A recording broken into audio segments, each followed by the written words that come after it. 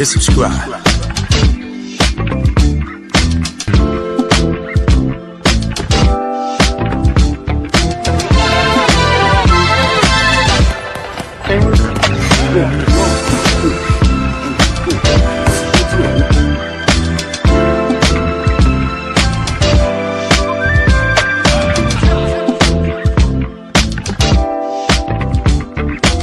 Subscribe to my guy, Uncle D. Tell him Big Bad sent you. Spurling. I'm an attorney here in Houston, Texas. An advocate for black men, largely because I am a black man. I'm a black father. I have black sons. Hey man, I do what I do.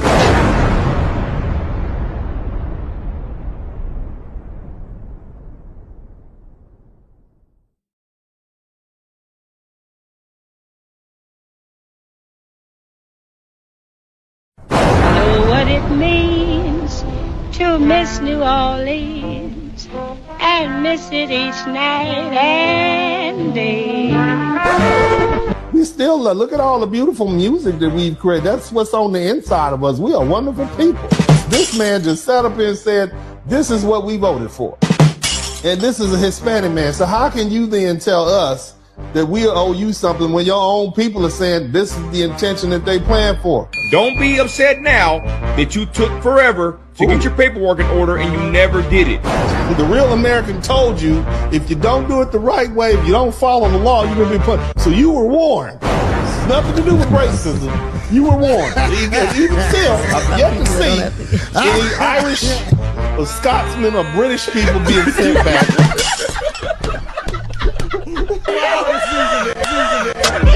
I'm from a city, hitters really thinking they pop boy. Hit with a few shells, congratulations, he a hot boy. Locked up so long, he know nothing, he a block boy. All she know is just being about her paper, she a hot girl. Wish she could hit a lick and then fade him, she a block girl. Personal Olympic, dismount, buck break him, you a not girl. How you think we up and off in that water, keep it cocked girl. All I'm doing is talking to your daughters, close your mouth girl. I'm in New Orleans high, surrounded by that water high. Projects all is high, blues music we brought it high. Your people moved on the East Coast, all from New Orleans high. Sugar coated, it turns to sugar, we call it high. Truth hurts, it taught us high. Look down on us others high. Been rapping before Bronx knew about a hip hop. You started high, iconic, immortal high. That's us up and you owe it high. Jazz music, we poets high. Every day we blowing high.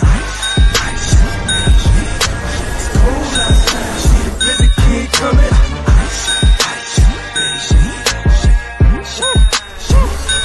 Cold with it. Cold outside, see the blizzard king coming.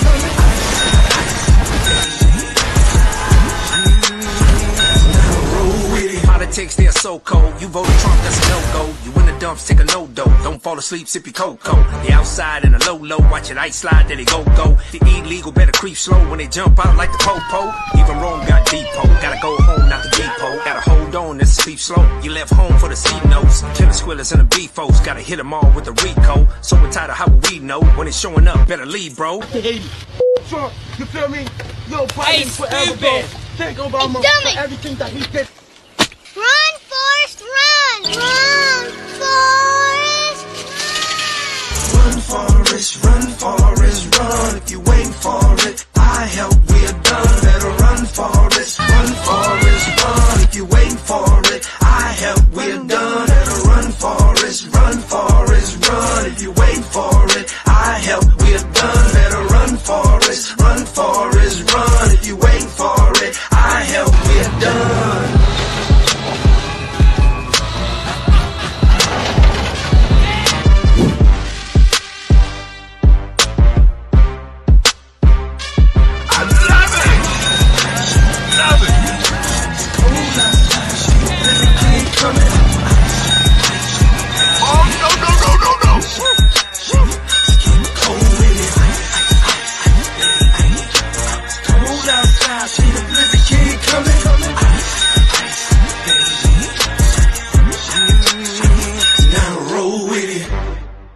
For decades, they put forth an effort to try to intimidate black people who live there and force them out the city. That's the KKK. And it took until 2011, the feds had to come in and they literally indicted over 50 members of the gang for conspiring to terrorize black people. This is in Los Angeles, California. You have another gang. Run, Forrest, run, Forrest, run. If you wait for it, I help, we're done. Better run, Forrest, run, Forrest, run. If you wait for it, I help, we're done. Better run, Forrest, run, Forrest, run. If you wait for it, I help, we're done. Better run, Forrest, run, Forrest, run. If you wait for it, I help, we're done.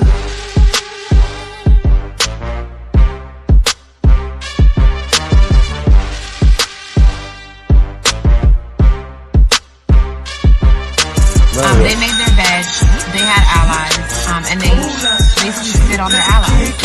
So they have to use the karma that they created for themselves.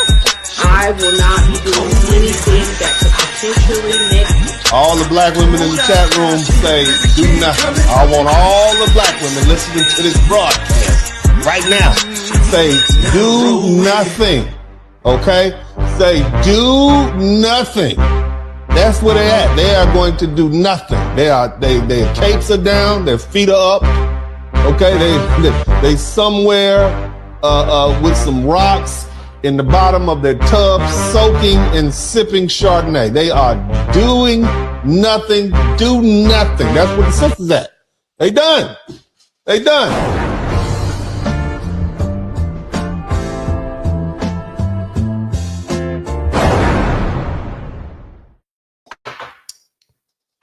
All right, welcome to the broadcast. Shout out to everybody in the chat room, man. Let me first give a big shout out to the MVPs, man. All of my members, Janetta. Thank you so much, Janetta. Also, who else do we have in here? Big up to the Wrench Mob, but also Charles Holman. Thank you so much, Charles Holman. I appreciate you. Matrix 5381. Thank you so much. I appreciate you, fam. Good looking out, man. All my members, we got to give a big shout out to We Are the People. Do nothing. That is absolutely right. We're going to let these people deal with what they got going on for themselves. But anyway, big up also to my Wrench Mob. Big shout out to Boris Barracuda. He been here for years. Shout out to him. Who else we got up in here? All my Wrench Mob guys. Black Samurai. Yeah. Big up to Black Samurai. All my Wrench Mob guys. Make some noise. Chaos Rain. What's good? What's good? Yes, brother. I got your message. Thank you for purchasing my books. I'm having a sale on my books. I have about 20 left. If you'd like to buy my books, basically all you got to do is just send me $87 on the Cash App, and I will send you a copy of my books. Now, you may have to follow that up with the email so I can have your address. We will ship those books out to you tomorrow. And, of course, big love to the MVP of the night, Christopher Williams, for being the first person to contribute to the Super Chat. Shout out to We the People and also Janetta. Thank you so much, sweetheart. I always learn anytime Uncle D spit to us. Thank you. We appreciate you. All praises go to the Most High because all wisdom comes from God. And I'm just being a vessel, doing the best I can to get this information. Red Sigma and lived experience. Welcome. My name is Dennis Spurling, also known as the Blizzard King, out here in these YouTube streets. And I'm always going to be spitting this cold, hard truth. Big shout out to my man, Delete Laws. Delete Laws. Delete Law, good to see you. Man, Delete Laws, y'all got to go check this man's channel out. This man is over here. He is fighting with the police, man. I've never seen anybody just run out there, and he uses his white privilege to the best of his ability, man. Big shout out to my man. I'm going to go ahead and make sure I give my man Delete Laws a wrench. If anybody needs a wrench, Delete Laws need a wrench, man. But shout out to you, man. Let me see if I can get this pulled off real quick. Where's my man Laws at? Hold on. There we go. Shout out to you, man. Let me see if I can get this pulled off real quick. There you go. Delete Laws. Welcome to the Wrench Mob. Delete Laws. So anyway, family, woo-wee, these black Democrats are doing too much, man. They are out here crashing out, okay? They are out here doing entirely too much. What I'm saying is, ladies and gentlemen,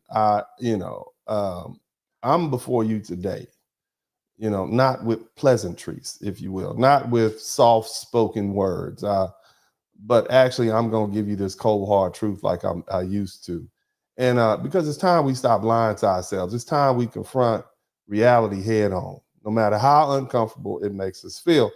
I watched Donald Trump's address last, like many of you, on Congress. And before anything else, before the moment slips away, okay, I need to say this. Black folk, you are not sacrificial lambs for the Democratic Party, okay? You are not cannon fodder. They push us to the front lines. They abuse us. They use us. Then they discard us. They leave us to rot once our usefulness has expired. They prop us up when it's convenient, when they need a face to sell their latest agenda. But the second our value diminishes, they toss us aside without a second thought. How many times do we need to see this play out before we wake up? Just look at the disgraceful spectacle of Al Green, paraded like a puppet, only to be escorted out of Congress by the sergeant at arms. It's embarrassing. You know, he played his role. He did what they needed him to do. And then he was removed like a disposable prop. This is what they do. They throw black faces to the front of their movements, their politics, their scandals, and their witch hunts. And it's a cycle. It's one that's been repeated for decades, whether it's Letitia James, Alvin Bragg, Marilyn Mosby, Fani Willis, Stacey Abrams. The Democrats use black folks as symbols, as pawns in their game. And you know what? We play our part willingly. We throw ourselves onto the battlefield for their cause, believing, wishing, hoping that one day we'll be rewarded for our loyalty with a payoff. But here's a hard truth. It never does, because when they're done with us, they discard us. When we're no longer useful, you're just another broken tool in this political machine. And if you think I'm exaggerating, look at Joe Biden's final moments in office. The man pardoned his whole family for stuff they allegedly didn't do. But not one of you. He didn't pardon Letitia James. He didn't pardon Alvin Bragg. He didn't pardon Fani Willis. Not a single one who fought his battles on the front lines. These people put their careers and their reputations on the line for an administration's agenda. Okay? Joe Biden took their service as a sacrifice. He took his shout out to Gloria Sabre, that blind loyalty, and then wave you off like a servant who had overstayed their welcome. Yet despite all this, so many of you, so many of them, so many of us still stand by the Democrat Party, still defend them, even they, even if they actually thought, you thought they cared about you. Hopefully you know that by now. Shout out to Corey Smith. But the reason we should ask is, why? Why do we do that? What more do they need to do to prove to us, right? What more do they need to do to prove to us that we're just political pawns in this game? Look, this is why the Democrats continue to treat black people like political children. They assume we won't question them. We'll just fall in line and, we'll keep taking the hits while they reap the benefits. And why wouldn't they? Why would they change? What's why? They've been proven right time and time again. Every election cycle, they dangle the same empty promises in front of us. Racial justice, equity, representations, reparations, right? But what do we actually get? We get schools in disrepair. We get crime-ridden neighborhoods. We get economic stagnation. And still, black folks defend the Democrats. Do you all not see the games being played? Do you not see the message it sends when black political figures willingly engage in this shameful, embarrassing, egregious behavior just to stay in the good graces of these white liberal overlords? We all know it's a performance. And it's a humiliating one, and it needs to stop. So I ask you all, when will enough be enough? When will we stop allowing ourselves to be used, to be manipulated, and then be discarded when it suits them. Because until we actually do something, nothing's going to change. And the cycle will continue. And the only ones who will suffer are those who allow themselves to be sacrificed for a cause that was never truly ours to begin with. It's time for us to wake up. It's time for us to recognize the truth. And it's time for us to stop being the fool. And the reason is because it's embarrassing. Okay, let me go ahead and show you embarrassing. I want you all to see what embarrassing looks like. Somebody who spells good, only the good spellers, because I know some bad spellers out there. I know only the good spellers. Let's look at what embarrassing looks like. Okay, I want y'all to see what embarrassing looks like. All right, because it's very important that we see what our representatives are out here doing and how folks are talking about them. Okay, let's go ahead and take a look at somebody type hot girl Jasmine. Nonsense and bullshit. Let me just be real. And we weren't gonna sit for that shit. We wouldn't. You know, we showed up. And if he has some. Okay, now before it even got to playing, we are not even 9 seconds in, and I've heard this is a state representative, a United States Congresswoman from Texas. And she has a profanity-laced response to the President of the United States addressed to Congress. Let's count the cuss words. Let's count them together. He's spewing all kinds of nonsense and bullshit. Let me just be real. And we weren't gonna sit for that shit. We wouldn't. You know, we showed up. And if he had some sense, then maybe we would have been about that life. But y'all know he ain't got no sense. So please give some love. This took a little bit of coordinating to do for sure. We got some cool shirts. We got Madam Williams. This is not what we should be doing. I don't even know why we fighting with Greenland. Why we fighting with Greenland? We fighting with Canada. We fighting with Mexico. Yet we in love with Putin. What is happening? Like, this is not America. This is a terrible nightmare. Somebody slap me and wake me the fuck up, because I'm ready to get on with it. That while we may not have the numbers just yet, that doesn't mean that we don't have fight left in our bodies. And so I am going to fight him every step of the way until we get what we deserve, because it was my ancestors that built this motherfucker. Why is she invoking the ancestors? You see what I'm saying? You want to invoke the ancestors. That's not how our ancestors represented, with these profanity-laced displays of ignorance. We don't operate like that. That's not us. Don't put that on our ancestors. Our ancestors were brilliant. Our ancestors were intelligent. Who are you performing for? This is not an interview for your MTV Raps. Okay, you're not dropping the latest album. You are a United States representative for the great state of Texas. You are a congresswoman. You understand what I'm saying? So that's 4. Let's keep going. Fuck him. Okay, I'm done now. I'm done. First of all, thank you for making the back of my head famous. But second of all, if we could do a sequel, if you could tell Donald Trump anything tonight, what would you tell him? I would tell him to grow a spine and stop being Putin. She said, stop being Putin's little HOE. That's what she said. So that would have been 5. You understand what I'm saying? So that is the representation that we have. This is what our ancestors died for. So we can, at the point where we are, have ascended to the positions of power and representation. This is how we get down, right? This is what we do. I'm just asking. Let's see what other performative stuff we got going on. Let's keep listening. To a divide. I'm gonna get it on the floor. Now I'm gonna turn this down because I don't want Kendrick Lamar to copyright my broadcast. But go ahead, listen. This is her. Dun, dun, dun, dun, dun. Look at that. Look at this. She making rap videos in Congress, in the congressional office. What are we doing?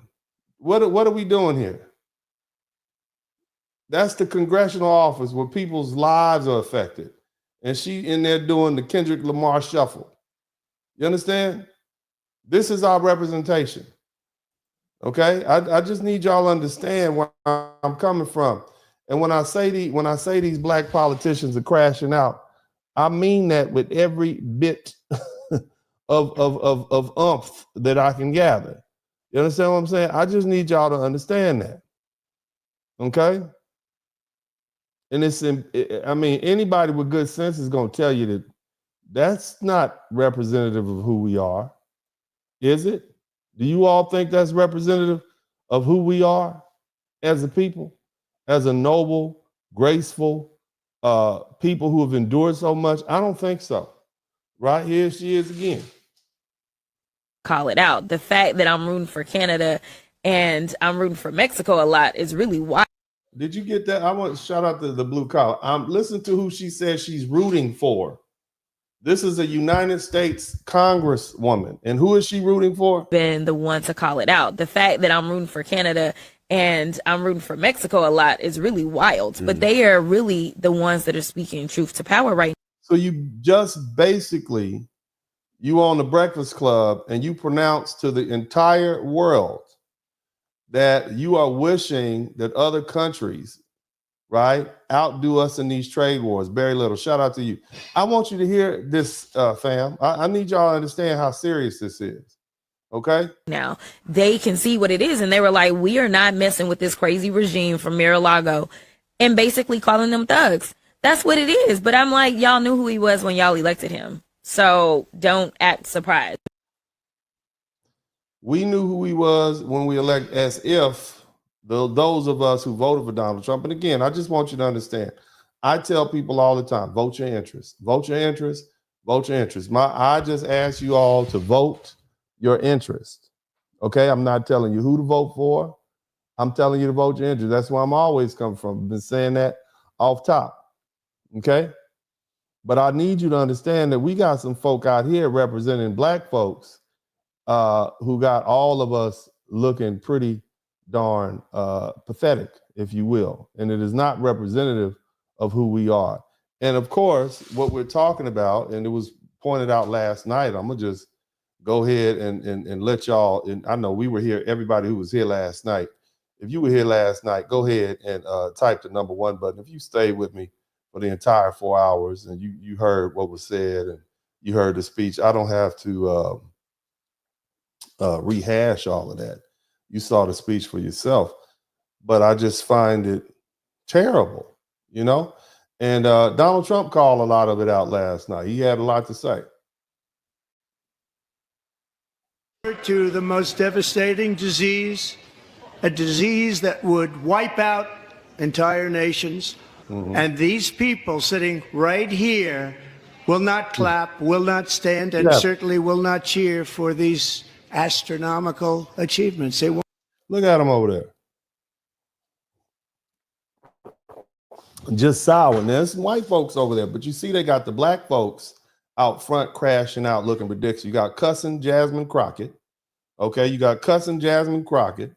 And all the rest of them. No matter what. We suffered the worst inflation in 48 years, but perhaps even in the history of our country. They're not sure. As president, I'm fighting every day to reverse this damage and make America affordable again.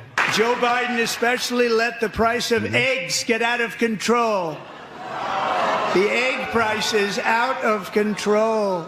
And to that end, I have created the brand new Department of Government Efficiency, DOGE, which is headed by Elon Musk, who is in the gallery tonight. Because we are draining the swamp. It's very simple. And the days of rule by unelected bureaucrats are over.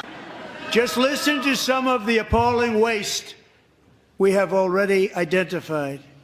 $22 billion from HHS to provide free housing and cars for illegal aliens. $45 million for diversity, equity, and inclusion scholarships in Burma. $40 million to improve. Mind you, this is what they're spending our money on, family. I want you all to know. And it does not look, again, I'm a lifelong Democrat. I voted for Trump in 2020. I voted for 2024. I'm glad he's doing what he's doing right now. Doesn't mean I'm a vote Republican for the rest of my life, But I am going to vote my interest. Shout out to Eric Powell. But this is what they're wasting our money on. Improve the social and economic inclusion of sedentary migrants. Nobody knows what that is. Yeah, I don't either. $8 million to promote LGBTQI+ in the African nation of Lesotho, which nobody has ever heard of. Fam, look, I need y'all to understand something. And it's going to come out. Eventually, it's going to come out because they are on these people's heads. What's happening is, and you don't have to wait around to figure this out. Do you think that they sent $18 million to Africa to teach those folk how to be gay? Did you think they do that?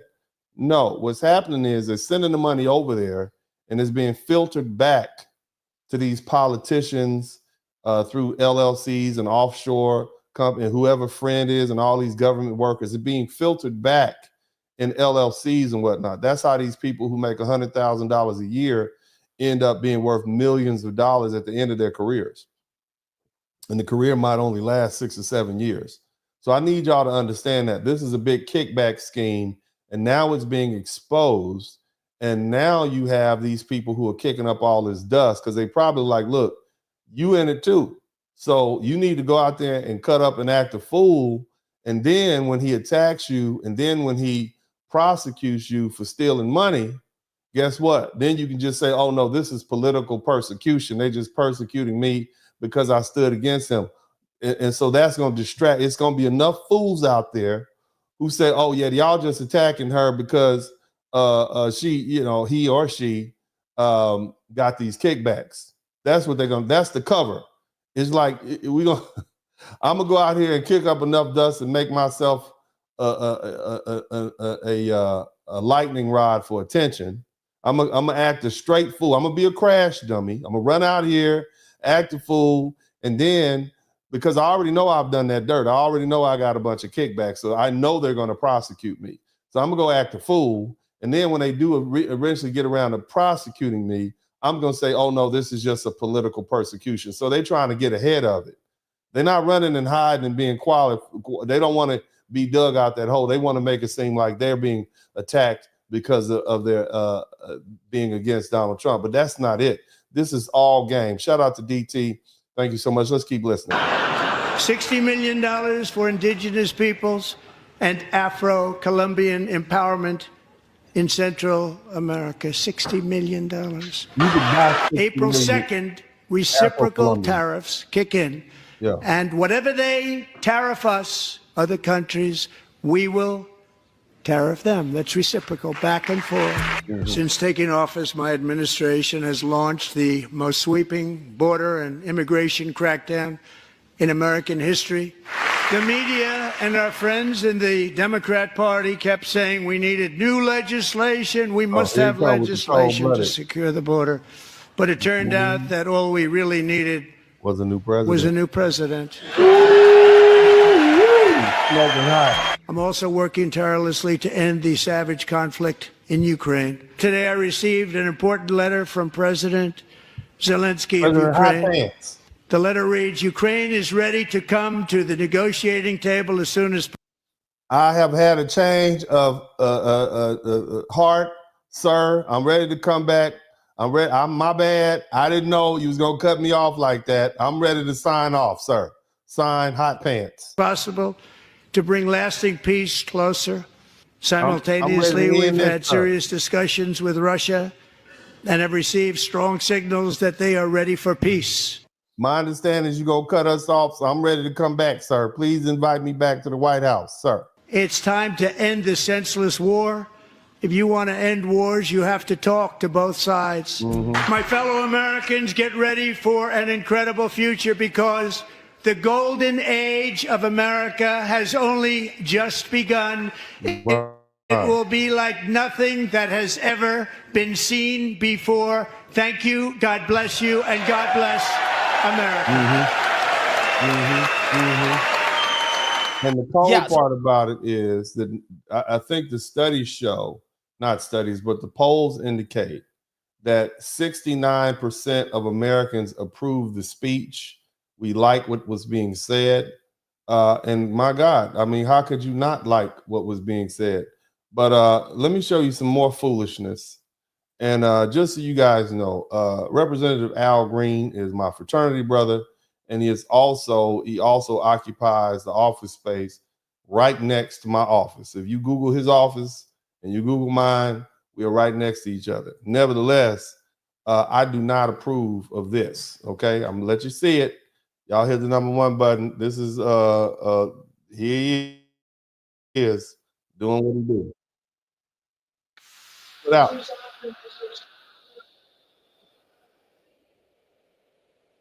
Point jump.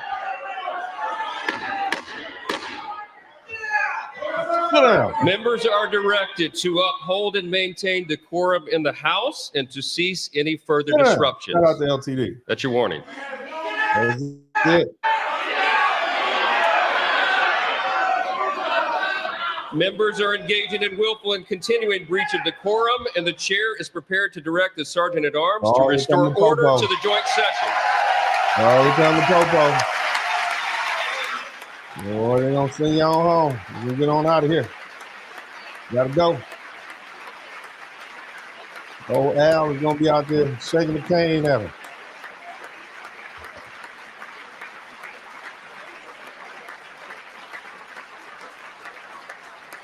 Mr. Green, take your seat. Mr. Green, sit down. Take your seat, Sit sir. down, Al. Take your seat. Sit down, Al. Sit down. Finding that members continue to engage in willful and concerted disruption of proper decorum, the chair now directs the Sergeant-at-Arms to restore order. Here come the poll. Remove this gentleman from the chamber. Get him up out of here. Now look at him shaking his cane. Look at him. Oh, Al, let me make this bigger. Al, what are you doing?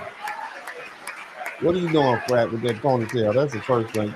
Get on up out of it. Watch him shake his cane. I guess he must have had somewhere to go. Why does it have to be black people? Look at him out there shaking his cane. My thing is, why does it have to be black people? I don't see one white person doing any of this. Look who's out front. You got Jasmine Crockett cussing out the internet and all of the television station. And you got my ice cold brother, Al Green. I still am in love with you. Al Green, okay? Not Al Green the singer, okay? If it was Al Green the singer, I'd be like, well, all right then. Out here shaking his cane, okay? He shook an old man with cane, right? Look, this is it. That ponytail. Okay? We got cussing Crockett and good hair. Members are directed to uphold and maintain decorum in the House. Why is it always the black people? You understand what I'm saying? I mean, come on now. Don't you recognize they setting you up? Thank you. Buffoons? Over the past 6 weeks, I have signed nearly 100 executive orders and taken more than 400 executive actions, a record. You understand what I'm saying? This is what we're doing. This is what our black politicians are doing, okay? And I need y'all to understand that. And it's just straight up, it's embarrassing, it's buffoonery. As government, where, as an example, a sitting president is allowed to viciously prosecute his political opponent, like me. Uh-oh. How did that work out? Not too good. Not too good. It didn't work out. It didn't work out at all. They tried it. They tried it, and it didn't work out. So, I mean, you know, the thing is, again, what's the common? I didn't see one white person out there crashing out. I just saw a bunch of black folks. The appalling waste we have already identified. $22 billion from HHS to provide free housing and cars for illegal aliens. I mean, and that's what this is all about. I don't want y'all to forget that. Don't miss the fact that that is what this is about. Okay, it's about these folks trying to preset the table so that they can say, oh yeah, they're just prosecuting me because I was in opposition to him. That's what this to is the about. most devastating disease a disease that would wipe out entire nations. And these people sitting right here will not clap, will not stand, and certainly will not cheer for. They won't. There they go. All them white folks up in there. All those Latinos in there. All those Asian people. And they got the black folks crashing out. That's what I need y'all to understand. It's just like, when did we become the designated crash dummies for the Democratic Party? When did we become the designated crash dummies for this particular brand of politics? And what idiot thought it was a good idea to do it? You understand? Night for the opposition party, regardless of how well she just spoke. It started out with Al Green getting thrown off the House floor because he couldn't keep his emotions under control. Then they had the ridiculous paddles, which now social media is roasting. That you said false on one side. And ridiculous. Elon on and the then other. finally, and maybe most terribly, the Democrats who couldn't find it in their heart to stand for objectively good things, including the 95-year-old mother and Mark Fogel and Mark, who got rescued from a Russian prison, and they couldn't even stand up for that. I thought Democrats came into this speech lost and defeated by Donald Trump, and today it looks to me like they're even more lost and even more defeated than when this speech started. Yeah, little man was up there too. So look at this little fella right here. Because my mom. Now he 12. His name is DJ Daniels. I want you to understand that he is a whole 12 years old. I want you to listen to him. Let's analyze this closely. This boy is 12 and he got a full mustache. Okay, I'm not here to talk about people who've survived, serious, illnesses. But he is 12, going on about 45. Okay, I just want you to know the craziest part? What's the craziest part? Because my mom bathes me and my brothers all together. And out of nowhere, I lost. You got look. I'm not here to talk bad. Let me get close to you. I don't believe in talking bad about handicapped people. I'm not gonna do that. Okay. But this young man right here, to me, he looked like he about 40. Okay. No, at least late 30s. Okay, look at that mustache. 12 years old, sir. Now listen to how he talk. Locked up, and then my dad was calling my name, and I started going to the slow thing, and he said, "Stop playing with me." And I then I started to act, I ain't gonna lie, I started to act slow, and then as soon as he said that, we was speeding all the way, running lights, going to the hospital, and then next thing you know, I was seizing on the table. They said, "No, we gonna have to go in his brain tonight." Ever since then, I had 13 brain surgeries, and that's how many times my personality has changed, and that's something that you don't hear from a terminally ill child. You are not a child, sir. I know you're 12, but you are not a child. Okay, don't come in here with that blasphemy. You are 30 something. Talking about 12-year-olds don't speak like that, sir. Okay, I'm just letting you know now. You got the uniform on. I expect you to pull me over. Okay, if I see you riding down the street, I'm like, hey, sir, how you doing, officer? You 12? You not 12. Y'all, did this boy sound like he 12? He sound like somebody's granddaddy. Walk there. Look how he talk. Look, listen. I had 5 months to live. I'm gonna keep on going until my gas tanks run out.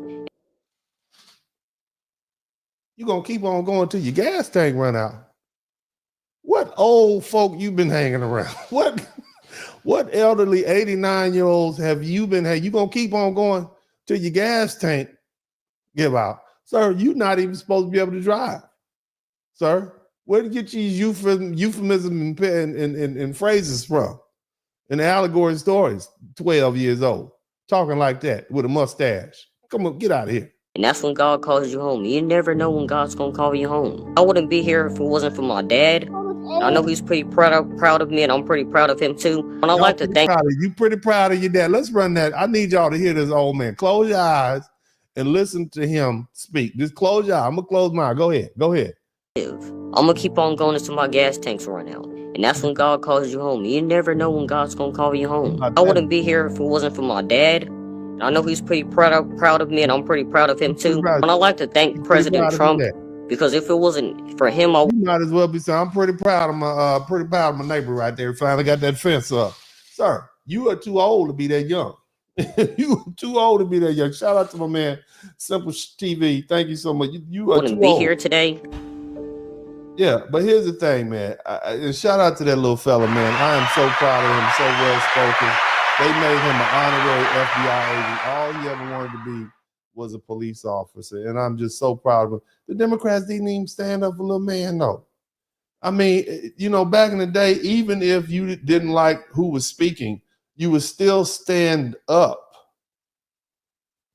for things that you had to agree with. You understand what I'm saying? Like, how can you not stand up for the woman who got her child back from Russia, the journalist, young man? How could you not do that? I mean, how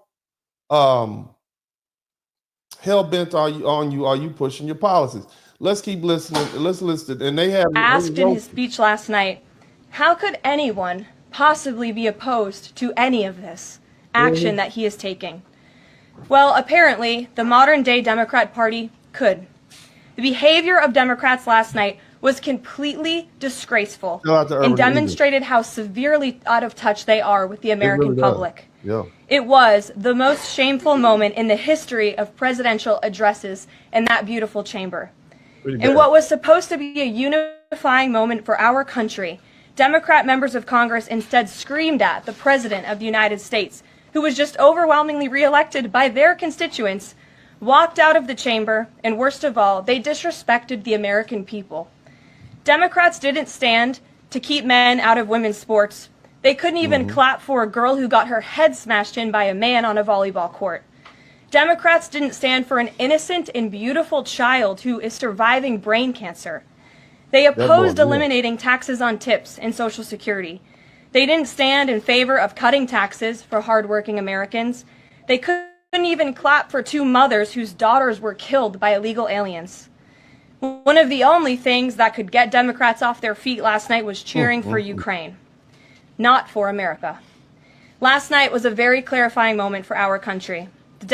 Cheering for Ukraine. Look, basically, the Democrats were out there cheering to keep the war going in Ukraine. They were cheering to keep the war going in Ukraine. Now, I'm going to show y'all some footage. I'm going to show y'all this back to back. Now, J.D. Vance spoke about this. These people are having issues recruiting. This war has been going on. Ukraine is a small country. And this war has been going on so long, they are now literally snatching men off the street. This is the army, the army recruiter chasing a man down in Ukraine, trying to snatch him down. He's running away. They call it the military commissioner. This man is running, trying to get away from this man who's trying to chase him down and throw him in a van to put him on the front lines. Look at this pathetic stuff. This dude is literally running for his life, because what they do is they put you in a school for about a week, and then next thing you know, you're on the front line, and you might not even survive the week. This is what the Democrats would like to keep going. You understand? Here's another. This man is running from the police. He gonna try to hop in this stranger's car. Not the police, the war recruiter. Да ну что вы робите? Пусти, приехали, пожалуйста. Пожалуйста. Ну что вы лезете? Like, oh, we're doing leave. He's like, nah, I'm not Что in вы that. творите, Look at that. пиздец? They're about to snatch him out the car. Ну что вы робите? Так вызовите милицию, пожалуйста. Да ну что вы творите? Democrats wanna keep going. Ну зачем вы это делаете? Вылазь з машини, я сказав. По-доброму. You coming with Да us? зачем вы робите? По-доброму вилазь з Go машини, я ahead. сказав. You your butt out there car. You coming with us? Да нафиг это делаете? Пустите, Вилазь пожалуйста. по-доброму з машини.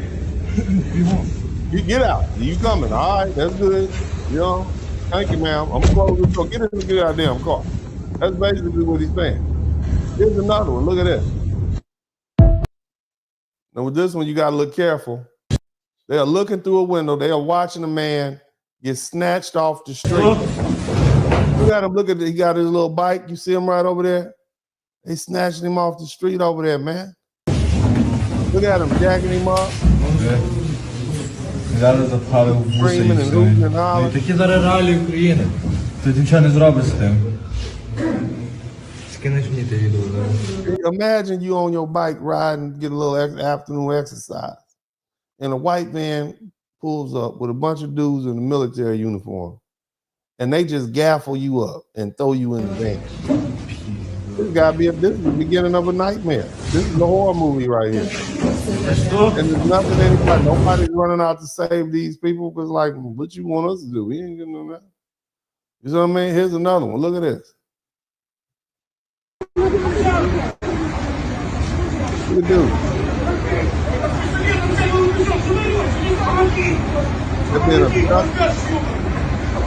that. This man is out here with his wife or whatever. Look at that. Look at that. I want y'all to look at that again. He out here, they snatched him in front of his wife.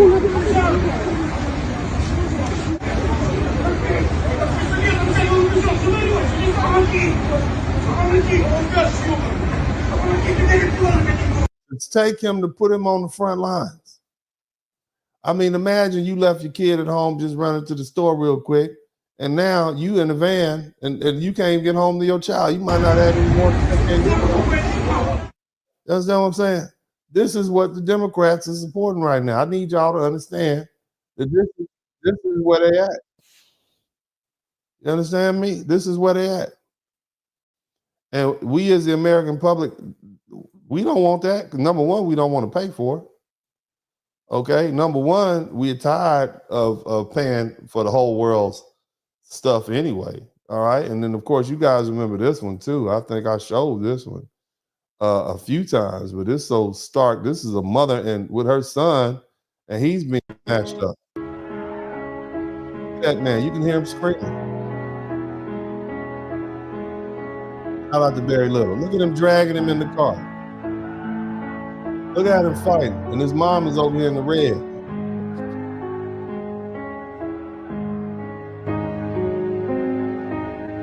That's his mother in the red sweater trying to fight his son. Or jacket, whatever.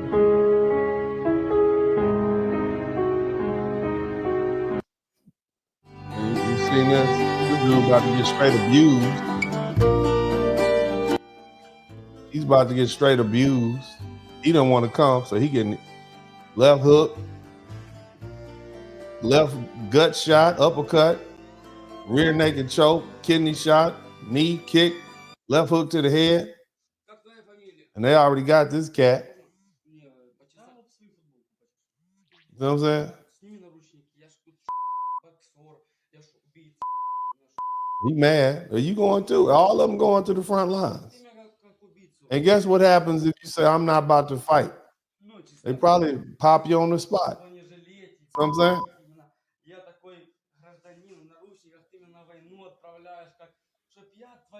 But again, this is what the Democrats want us to support. This is what the Democrats are. You understand what I'm saying? That's what they want Black Americans to get behind. That's who. This is what our party members are. This is what our Black Congress. This is what Al Green walked out on. To keep that going. Okay. Now, I'm not the only one that notices this. Okay.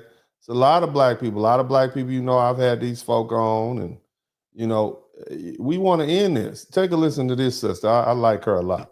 So I'm over here watching the Trump speech, and Democrats, why even come? Why y'all come?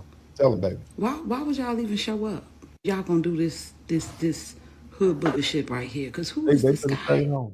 Tell you, family friendly. Hey, who is this dude? That's Al Green, baby. Keep in touch. My neighbor, my frat. Yes. Lock his ass up, like, ain't you on a cane? Sit your old ass down, man. Come up in there disrupting stuff. It's embarrassing. What's your name? Al Green? It's embarrassing. You mad for no reason. The ponytail alone tell me you untrustworthy. You getting walked out just unruly. Unruly, yeah. And embarrassing. Very much so.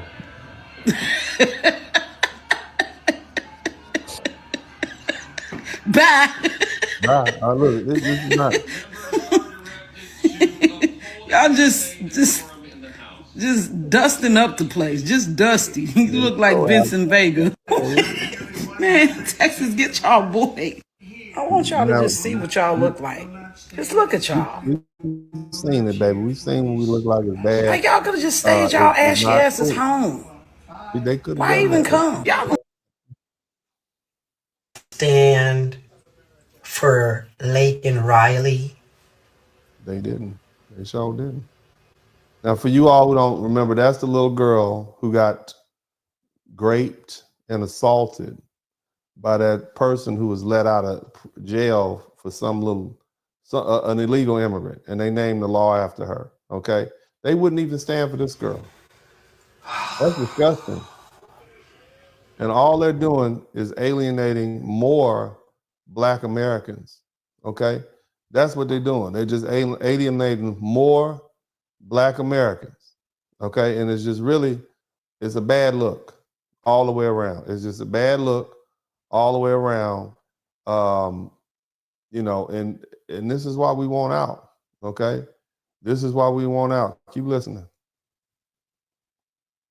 Today, Donald Trump gave his first joint address to Congress, and he gave a lot of updates that would ideally be celebrated, but Democrats didn't seem to clap or cheer for any of them. So let's talk about it.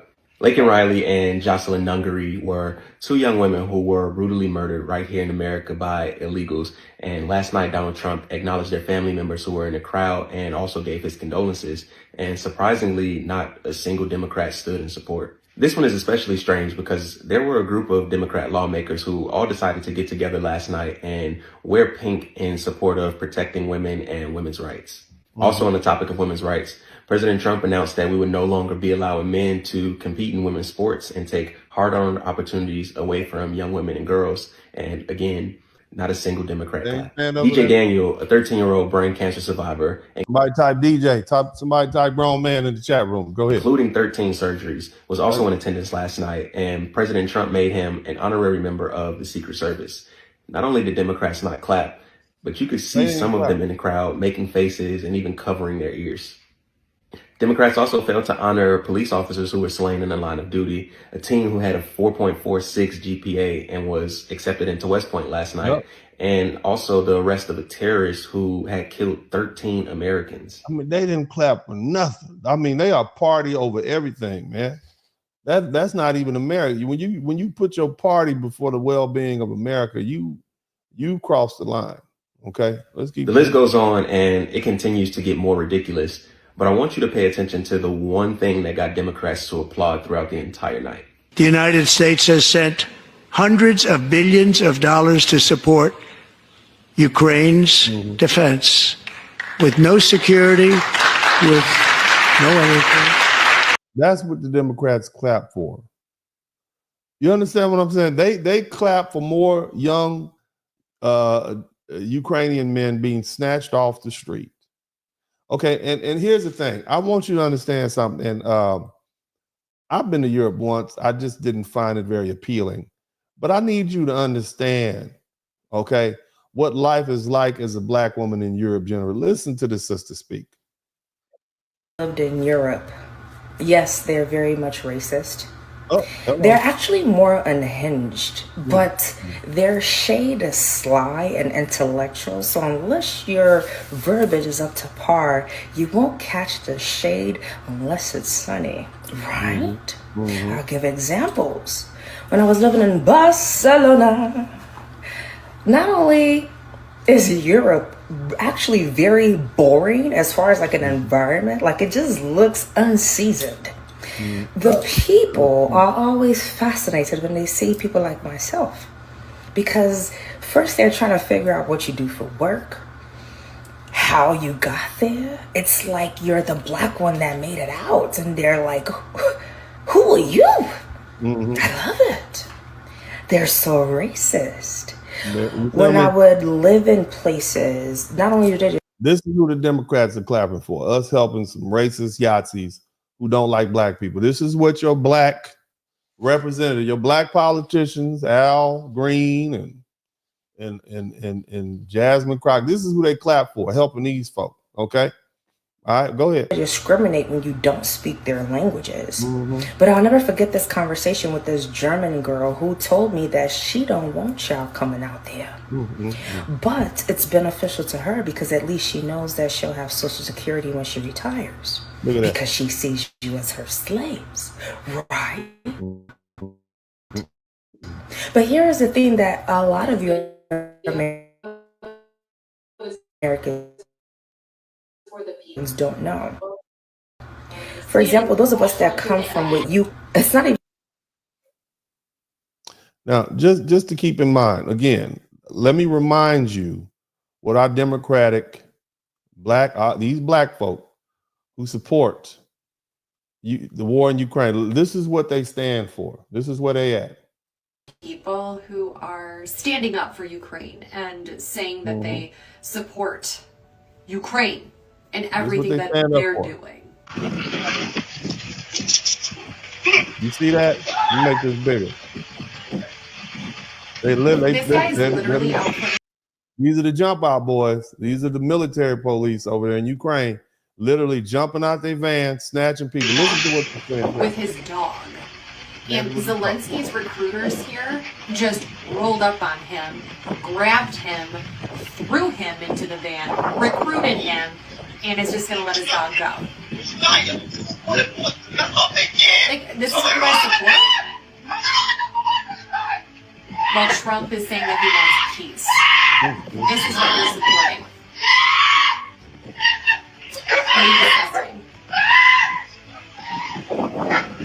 They done snatched the dude off the street. The dog is now just out and about. You understand what I'm saying? This is what these Democrats are supporting. This breaks my heart. And not to mention all the people that have died because of this war.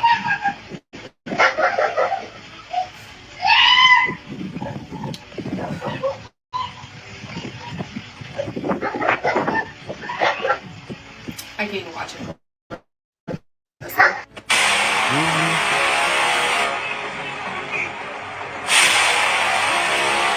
There's another one.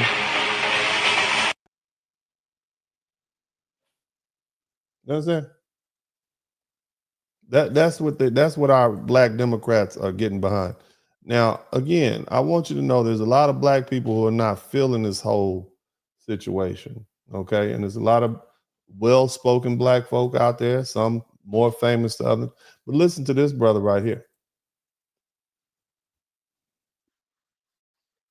Every time this woman opens her mouth, she makes it so easy for us to pick her words apart. Unfortunately, we had an opportunity to have a woman lead this country, and I promise you she would have led us to the promised land. Today, she claimed that America had a chance to elect a woman president that would have led us to the promised land, which is very funny because both Jasmine and Kamala Harris are part of a party that could not define what a woman is to you if they tried. Jasmine Crockett has often claimed that Republicans and males of this country are dangerous for not wanting trans women, aka biological men, to compete in women's sports. That's right. So this whole we should have elected a woman thing really makes no sense because technically speaking, I could have been the first woman president. On top of that, Kamala Harris is currently $20 million in debt. She raised over $1 billion for her campaign, spent all that money, and then spent $20 million on top of it.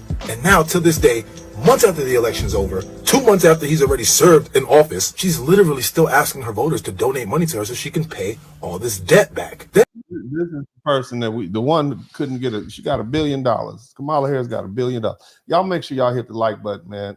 Shout out to D-Man.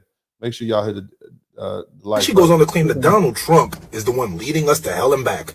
But instead, we got somebody that seems like he want to take us to hell and back again. Simply because he wants to slash all this unnecessary spending from a lot of these institutions. He wants to close the border so that way we don't have undocumented and unvetted illegal immigrants crossing into our country. And because he wants Russia and Ukraine to sit down at the table and come to a deal of peace instead of escalating the war further. It seems to me like somebody is paying these people to be agents of chaos. They want war. So they're getting paid, and also they're doing it. They're trying to preset the table so they can say this is a political prosecution. Donald Trump is just trying to get retribution. When they get found out that they've been accepting these kickbacks, these people don't make this type of money. Okay, they don't make this type of money. All right. If they had talent, they would be in the private sector. You understand me? They'd be in the private sector if they had some real talent. They'd own their own businesses if they had some real talent. They wouldn't be over there using taxpayer money to keep a job, making a career out of being a representative and all these different things. War, they want confusion, and they want all of your money being spent on people overseas that don't give a damn about you. They don't give a damn Somebody about please you. make this make sense. You hear what he said? Those people overseas, you don't look, those Europeans don't give a darn about you. Okay? They just want our money. They just want these American dollars. Listen to the sister again. Minister of the UK is a snake, and so was Zelensky. Mm-hmm. I said it. Tell him, baby. Zelensky was trying to double dip. Here's the thing. Zelensky had already been talking to the Prime Minister of the UK before he even met with Trump. But the article that I read said that the Prime Minister was not feeling the fact that Trump was trying to initiate an agreement regarding the mineral deal because it was going to squeeze them out of the deal. So in other words, what the sister is saying is that the Prime Minister of England, okay, of the United Kingdom, the only reason he had a problem with the deal between Russia and the United States and excluding Zelensky from the talks is because they had a deal with Ukraine. Okay. In other words, our longtime ally, our former king, the kingdom, Great Britain, they were mad because we were squeezing them out the deal. That's what this is about. Let's keep listening. So never mind the fact that we just been sending over billions and billions of dollars to Ukraine and helping them out with the war, while y'all motherfuckers just been sending them pennies all of this time. Then when this disagreement happened in front of the whole world and it got Trump and Vance looking like some assholes, he get kicked out of the White House and come over Europe, and y'all just want to welcome him with open arms and just pat him on the ass and rub him on the back and say, don't worry, we got you. So y'all already been in talks about a deal. But because Trump was pulling back, thought that that'd be the perfect opportunity to make it publicly known that you're going to go ahead and start supporting them now. Now we need to move away from UK. Now we need to just back up out of NATO altogether. Because it seems like y'all always been the same way. This is one of the reasons why we got our independence from them anyway, because of weak leadership. Y'all always been the same backstabbing ass, bloody ass, racist ass, hate, negative, just warmongering ass people. All y'all want to do is just take from people. That's all Europe has always ever done is take from people. Y'all don't care about nobody or nothing but your own interests. That's all y'all leaders have always done. Y'all have ruined every single country that y'all have put y'all hands on for generations, for centuries. Tell me, stop me when I'm lying. Even the countries that you have done such a great job at developing are already suffering because of this new group of people that have decided to be ushered in after the Queen has died. Y'all have just dumped this toxic multiculturalism agenda into their countries, and now they're suffering. Go ahead and take a look at what's happening in Sweden, in Ireland, in Canada, which is one of the reasons why I don't even understand why the Prime Minister of Canada had his little funny face ass over there.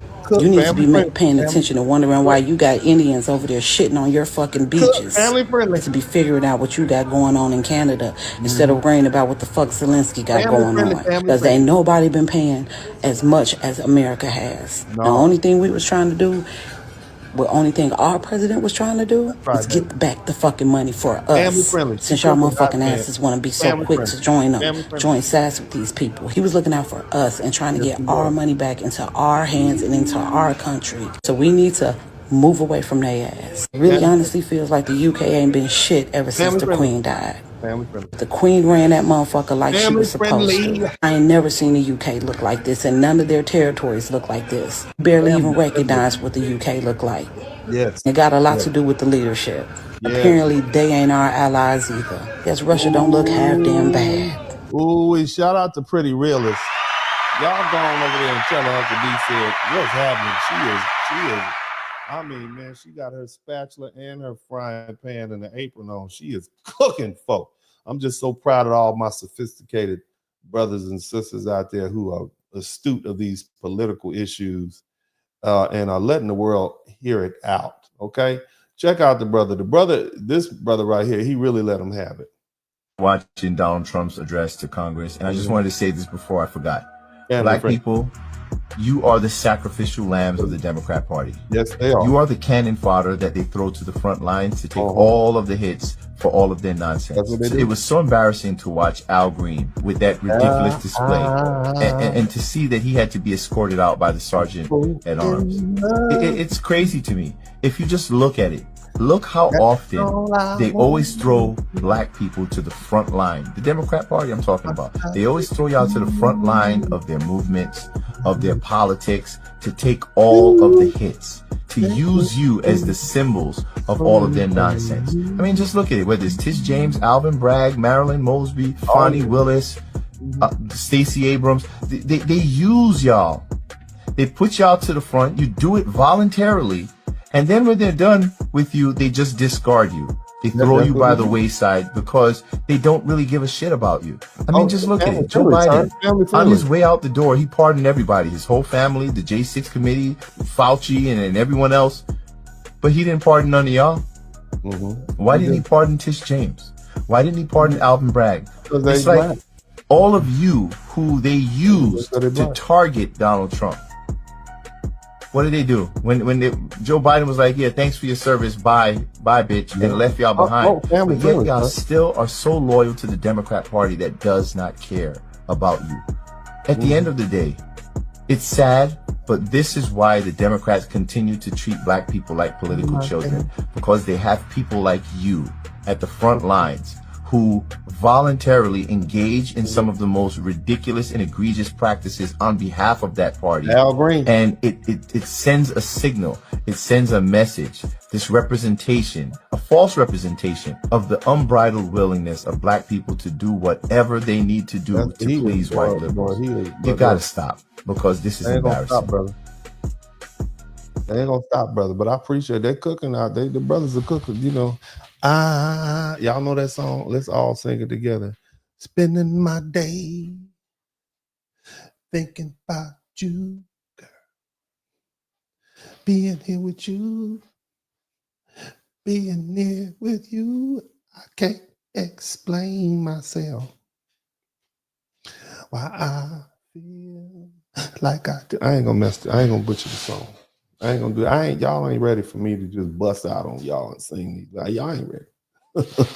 let me get my voice tuned up. I ain't gonna do it. Y'all don't want that. I have a whole new style out here. Yeah. Let me get that high. I don't. I'm gonna keep it. So we talk about some serious stuff. So I'm gonna just be serious. Okay, I'm gonna be serious now. This next brother's about to let y'all have it. I'm gonna let y'all all have it. The brother's about to talk to him, brother. Go Europe ahead. is laughing at you.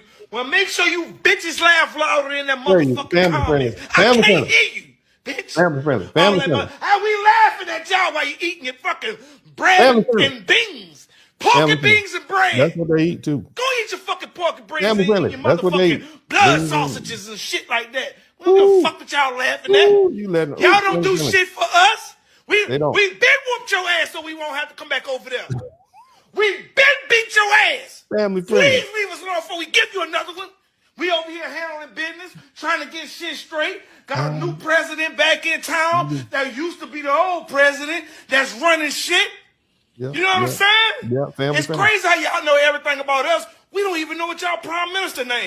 Okay, we'll take a quick break real quick. Y'all king. Family friendly. Okay, brother. We don't know none of that shit, and we don't give a fuck. You can call us uneducated. You can say that shit a million motherfucking times. You don't pay my motherfucker. I can't, brother. I don't want to get, you can't do me like that.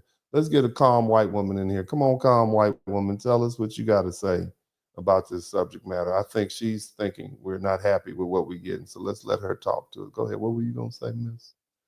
Whatever was more important than my son, your granddaughters. What? Man. Whatever it was, I hope you get it. We got it. It was cheaper gas prices, cheaper eggs. That's more what guns. We wanted. Yeah, Greenland, no, for some reason. Greenland is cool. I hope you get that. We want. That's what we want. Or else it was all for nothing, right? No, we get what we want, baby. Panama, don't forget Panama. We're gonna get Panama back. That's not true. It's not even true. I hope you suffer. Honestly, I do. What do you think? And before you tell me how cruel that is, hoping doesn't do anything. I hope for. I want y'all to, before I interrupt her, okay, let's tone it down a little bit. We all have to understand that this whole movement, this MAGA movement, is about getting white women out of the offices and back into the kitchen. Okay? You can't go out there and have your baby deletions. You're going back to the kitchen, Becky. Birthing Becky. Pregnant Pam. And child rearing Heather. You're going back to the kitchen barefoot. That's what this is about. You started this with your feminism. Now, I'm going to let you finish, but I know you're upset. But you're about to be making your mayonnaise flavored potato salad with raisins and carrots and apples in it. Again, you're going back to the kitchen, Becky. Okay, you're going back. Okay, because this white man is on a rampage, and you're going to take your butt back to the kitchen. Okay, because if that's what he wants, we as Americans, it's the collective group of Americans, us brown, black, Asian, red, all of it, you need to go back to the kitchen. Go ahead. Leave the office, give them your 2-week notice, you can head on back in. I'm going to let you finish because you was calm. Go ahead, let's let your nose ring. And don't tell them you had a black boyfriend in college. Lots of things that don't happen. You know what gets things done is voting. And you fucking betrayed them. Family friendly. So many people. Many people. And whatever it is you betrayed them for. We didn't betray anybody. You going back to the kitchen. That's what this is. I don't know. I hope it's worth it. I hope it's worth good to you. And it probably will be. It is. Oh my God. It probably will be. It is. It's wonderful. That's what you wanted. That's what we wanted. A little nose flaring up. Too mad. But I'll never forgive you for it. I don't care. Ever. Okay. Becca line. I don't care if you never forgive me for it. You're going to take your butt back to the kitchen so Tom and Brad and Chad can simmer down. Okay? You're going back to the kitchen. You're going to be barefoot. You're going to be birthing babies like it was 1828. That's what's going on. This is about you and Tom. Doesn't involve the rest of us. And you all need to sit down and have a conversation and work this out amongst yourselves. Okay? Because these public displays, these temper tantrums, okay, we're tired of it. We don't want to see it. None of us want to see it. And you're just going to have to do what you have to do. Shout out to Mr. Hunter 5150. Okay, Becca line. Now I'm going to dismiss you. We're going to bring some other people in here. Okay, we'll bring, we're going to bring back, we're going to bring our lovely friend that we don't know. Okay, Miss Cutie right here. I forget her name. What you call her? It took for Zelensky to get kicked out of the White House. Right, to go back over to Europe in the same damn outfit that he had on that he got kicked out of. I'm talking about he didn't wash his ass or nothing, just looking musty and dusty as ever, and actually get assistance. So now because Trump and him had a problem, now y'all wanna dip y'all toe in the water of war. It's like y'all want to keep the war going. Y'all don't care about like whole countries being destroyed. Y'all don't care. Shout out to MC And anybody who has been studying world history and knows about how war is done, you realize that there's no money in peace. Ain't no money in At this point, it's just given the fact that y'all want this shit to continue because it's financially beneficial. And as I'm listening to exactly what's going on with this entire situation and how it started all the way through, when Putin was actually helping out United States during the whole 9/11 situation and when we went to war then. Because yes, there was a time. We talked about that here on my page. I told y'all this goes back to the 1990s. Remember that? We talked about that. Look at my library. Let's go ahead, baby. I didn't mean to interrupt you. Go ahead. Where actually Bush and Putin was actually working together. I don't know if y'all know that, but there was. All the way on up to this situation. I hear this same name every time. This man is an agent of chaos. I'm not going to say his name because I don't got time for TikTok to be on that, oh, well, you spreading false information. I really don't. In fact, this is for entertainment purposes only. This specific person, he likes to fund both sides of the war. That's what he does. When it comes to war, the only winners are the people who fund it. The only winners are the people who make the weapons, the ones that make the steel, to provide the steel for the weapons. But at the end of the day, how much more damn money do y'all need? At some point, like, can world peace be a thing? We've been singing about world peace since before I was even born. Why can't we have it? Why, it's always these European countries, world leaders who are just so greedy for power and control and just, they don't even take care of their own people. Like, how much more money do you need? How many more houses do you need? How many more toilets do you need? You only got one ass. Why do people gotta lose their lives and be uncomfortable and be miserable just because you want to be more wealthier than everybody else in the world? It makes no sense that only 1% of the population of this world is richer than everybody else. So much so that y'all just take pleasure in just controlling and making the whole world miserable just so you can have more money. What is the point of that? You need God to step in. Jesus on the main line. Because at this point, these people are running amok down here on Earth. Earth is becoming the ghetto. I'm telling you, you liberals, y'all need to really do y'all research on who is behind the scenes when it comes to these wars. Because it seems like every damn time, like the last few presidents that we've had, we've always been in some type of damn war. And they always make it seem as if the person who is responsible for the war is on the other side. And then you find out 5 or 10 years later, oh no. Nope. There's more. That's right. All I'm saying. Tell it. Go ahead, baby. You tell fair use. Go ahead. Car. Trump's like, well, he's dressed up. This should let you know. As soon as he got out the car, we talking about hot pants. Is that what we talking? Somebody type in the chat room. Somebody type white girl in the chat room. Somebody type Peruvian flake in the chat room.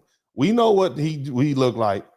We talking about hot pants. We talking about Zelensky. Yeah. That's what it was. Go ahead, Miss Candace. Go ahead. I don't agree with everything she said, but she be right about some stuff. She's just a bit extreme for me. It's just signal to the public that what he's doing is an act. Why? Give me a scenario, a reason why he can't put on a suit. Even if you're in the midst of a war, why can't you put on a suit when you're coming to ask for money? Well, because he wants people to see him as a guy that's downtrodden in the trenches. And he's not that. This guy's been on the cover of Vanity Fair. He's been on the cover of Vogue. He's been on the cover of Forbes. He's doing photo shoots. He did a 3-hour podcast with Lex Friedman. He asked and was declined a spot to go to the Oscars a couple of years ago.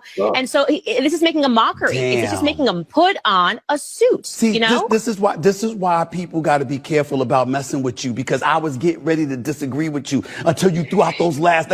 I didn't know he tried to go to the Oscars. I didn't know he tried to be on the cover of Vogue. I didn't know that stuff, Candace. I honestly didn't know. Okay, that does change it a little bit. And he is a literal actor, by the way. You know. You see what I'm saying? That's who we've been giving our money to. All right, this is who we've been giving our money to. And in case y'all don't remember, let me see if I can find some footage. I might be the only one that has this footage on the internet.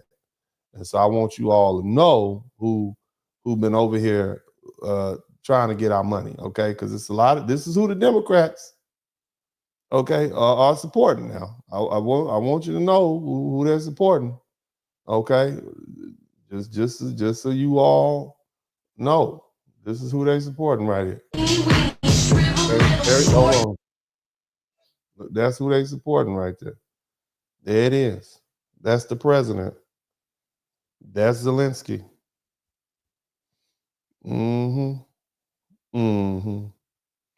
That's where your billions of dollars are going, family. Your tax dollars. It don't matter if you can't afford to pay for your child's daycare. We got to make sure Zelensky, we got to make sure. We got to make sure he's getting your money now. I mean, Who do you think you are to want to keep your own money? Okay, what do you think you? Of course, they know how to spend your money better than you do, right? This is where your money is going. Just so you know. Praise God. That's him. That's where your money is going, right there. That's where it's going. I got another one. I believe I have another one here to show you, for more demonstrative purposes, so that you know where your cashola is going. Okay. Now, but before I show that, let's just in case you don't remember. Okay, I think. Send their sons and daughters exactly the same way as we are sending their sons and daughters to war, and they will have to fight because it's nature that we're talking about, and they will be dying. Okay, and just to put that in context, what he's saying is, now Trump is trying to get us out of NATO. Okay. Trump is trying to get us out of NATO.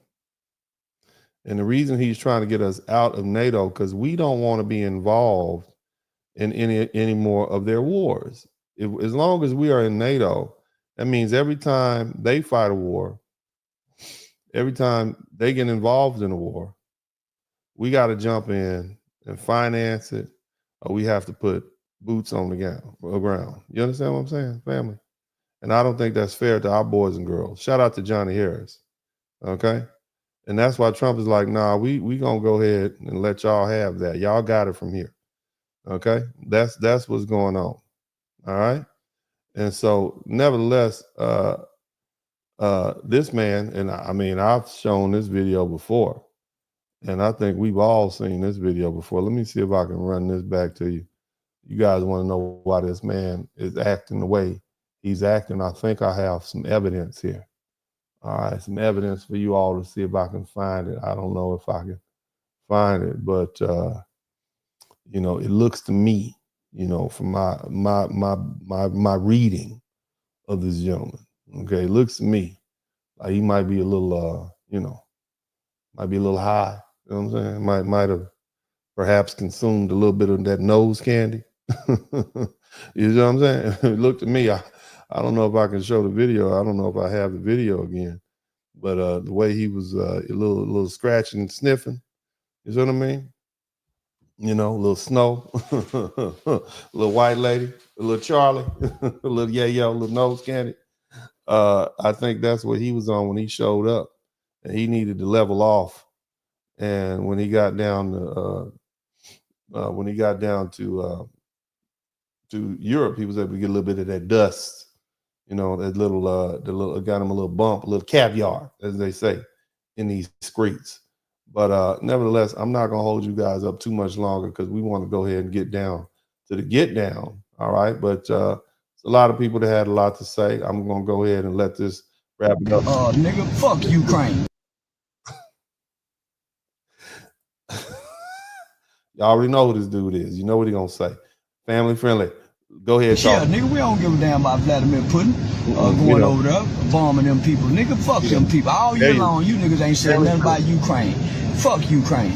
Yeah, nigga, we don't give a damn about Russia or Ukraine. Not no nigga. Yeah, nigga, Mudhill and Grandpa Neil. Nigga, fuck. I don't give a fuck about neither one of them. I ain't got damn some bitch.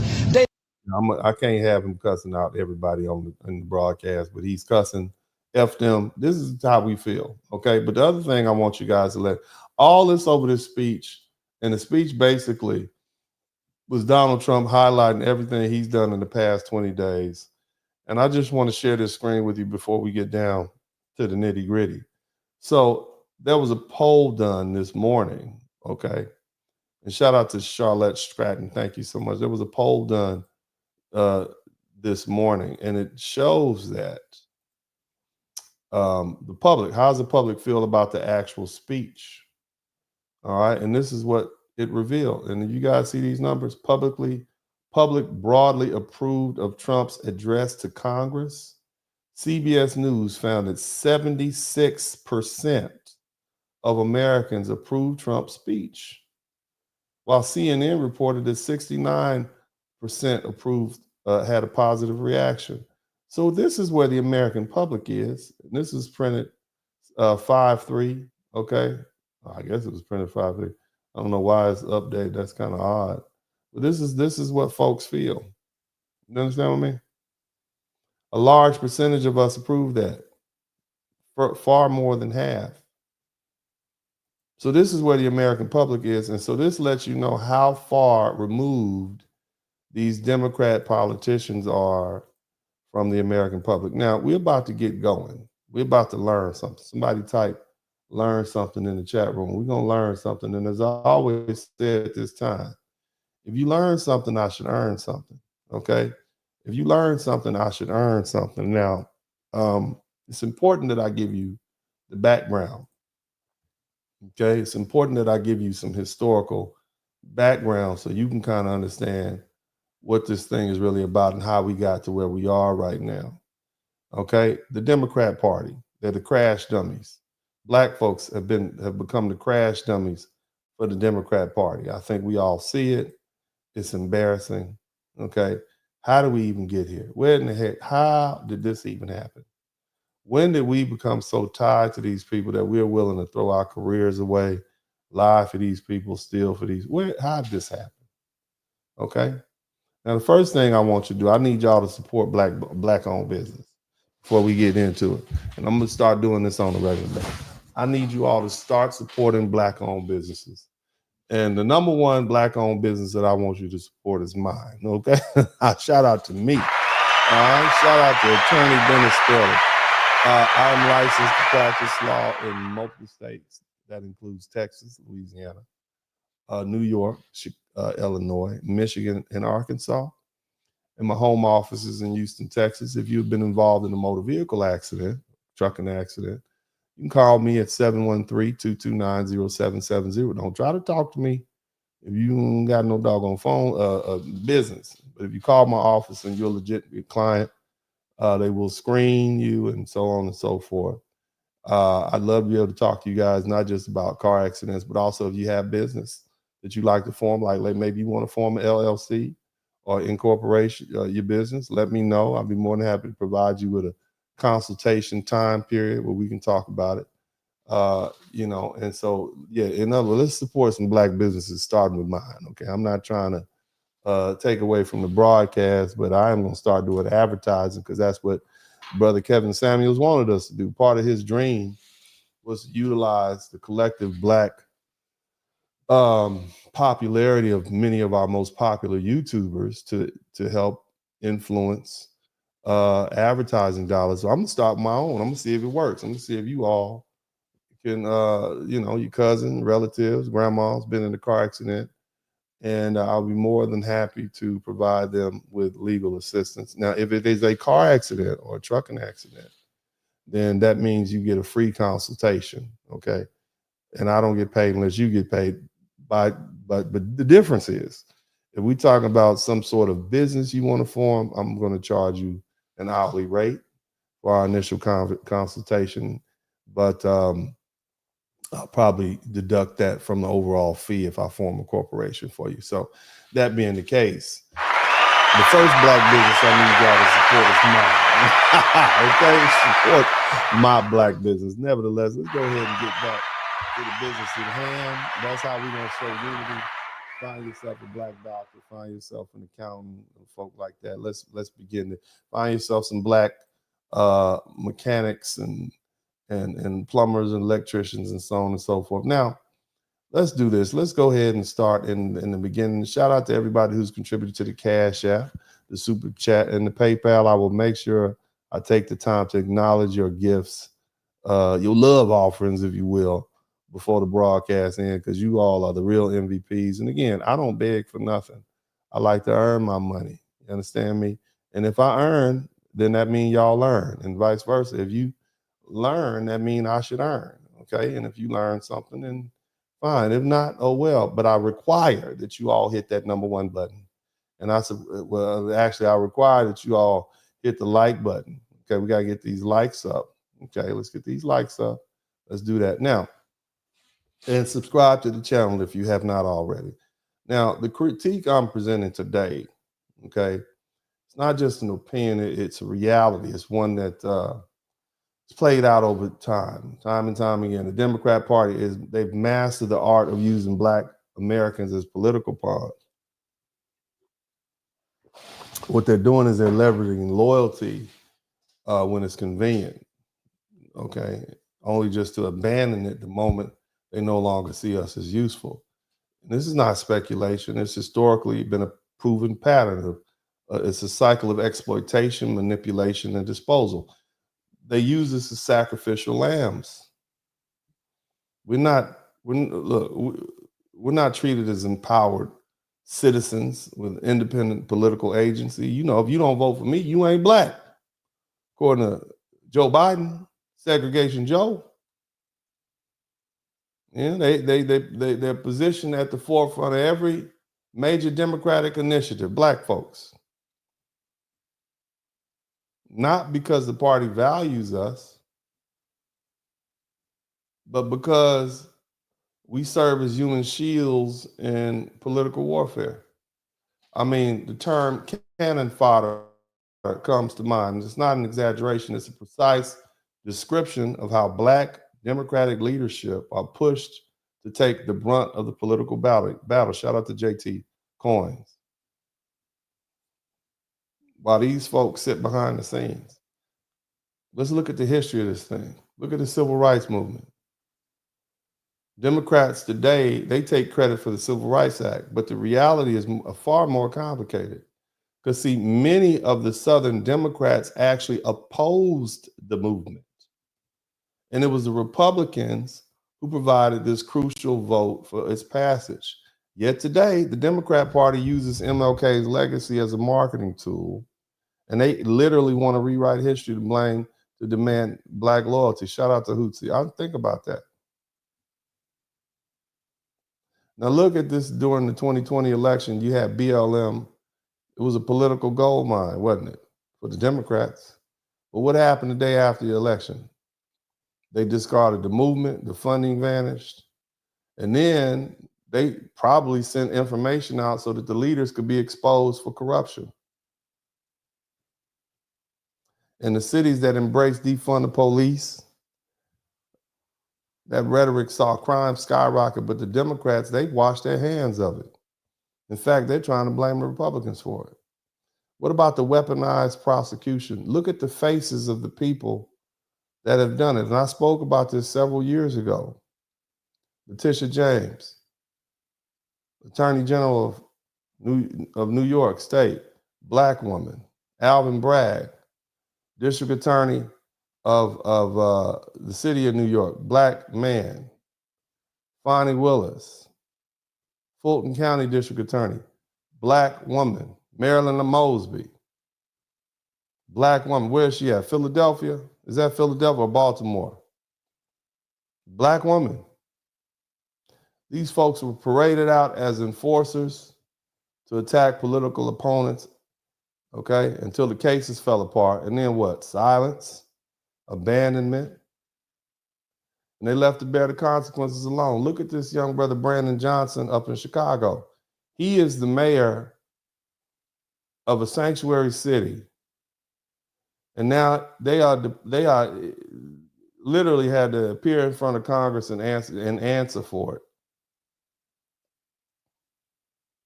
Just trying to do his job. Foolish, but still.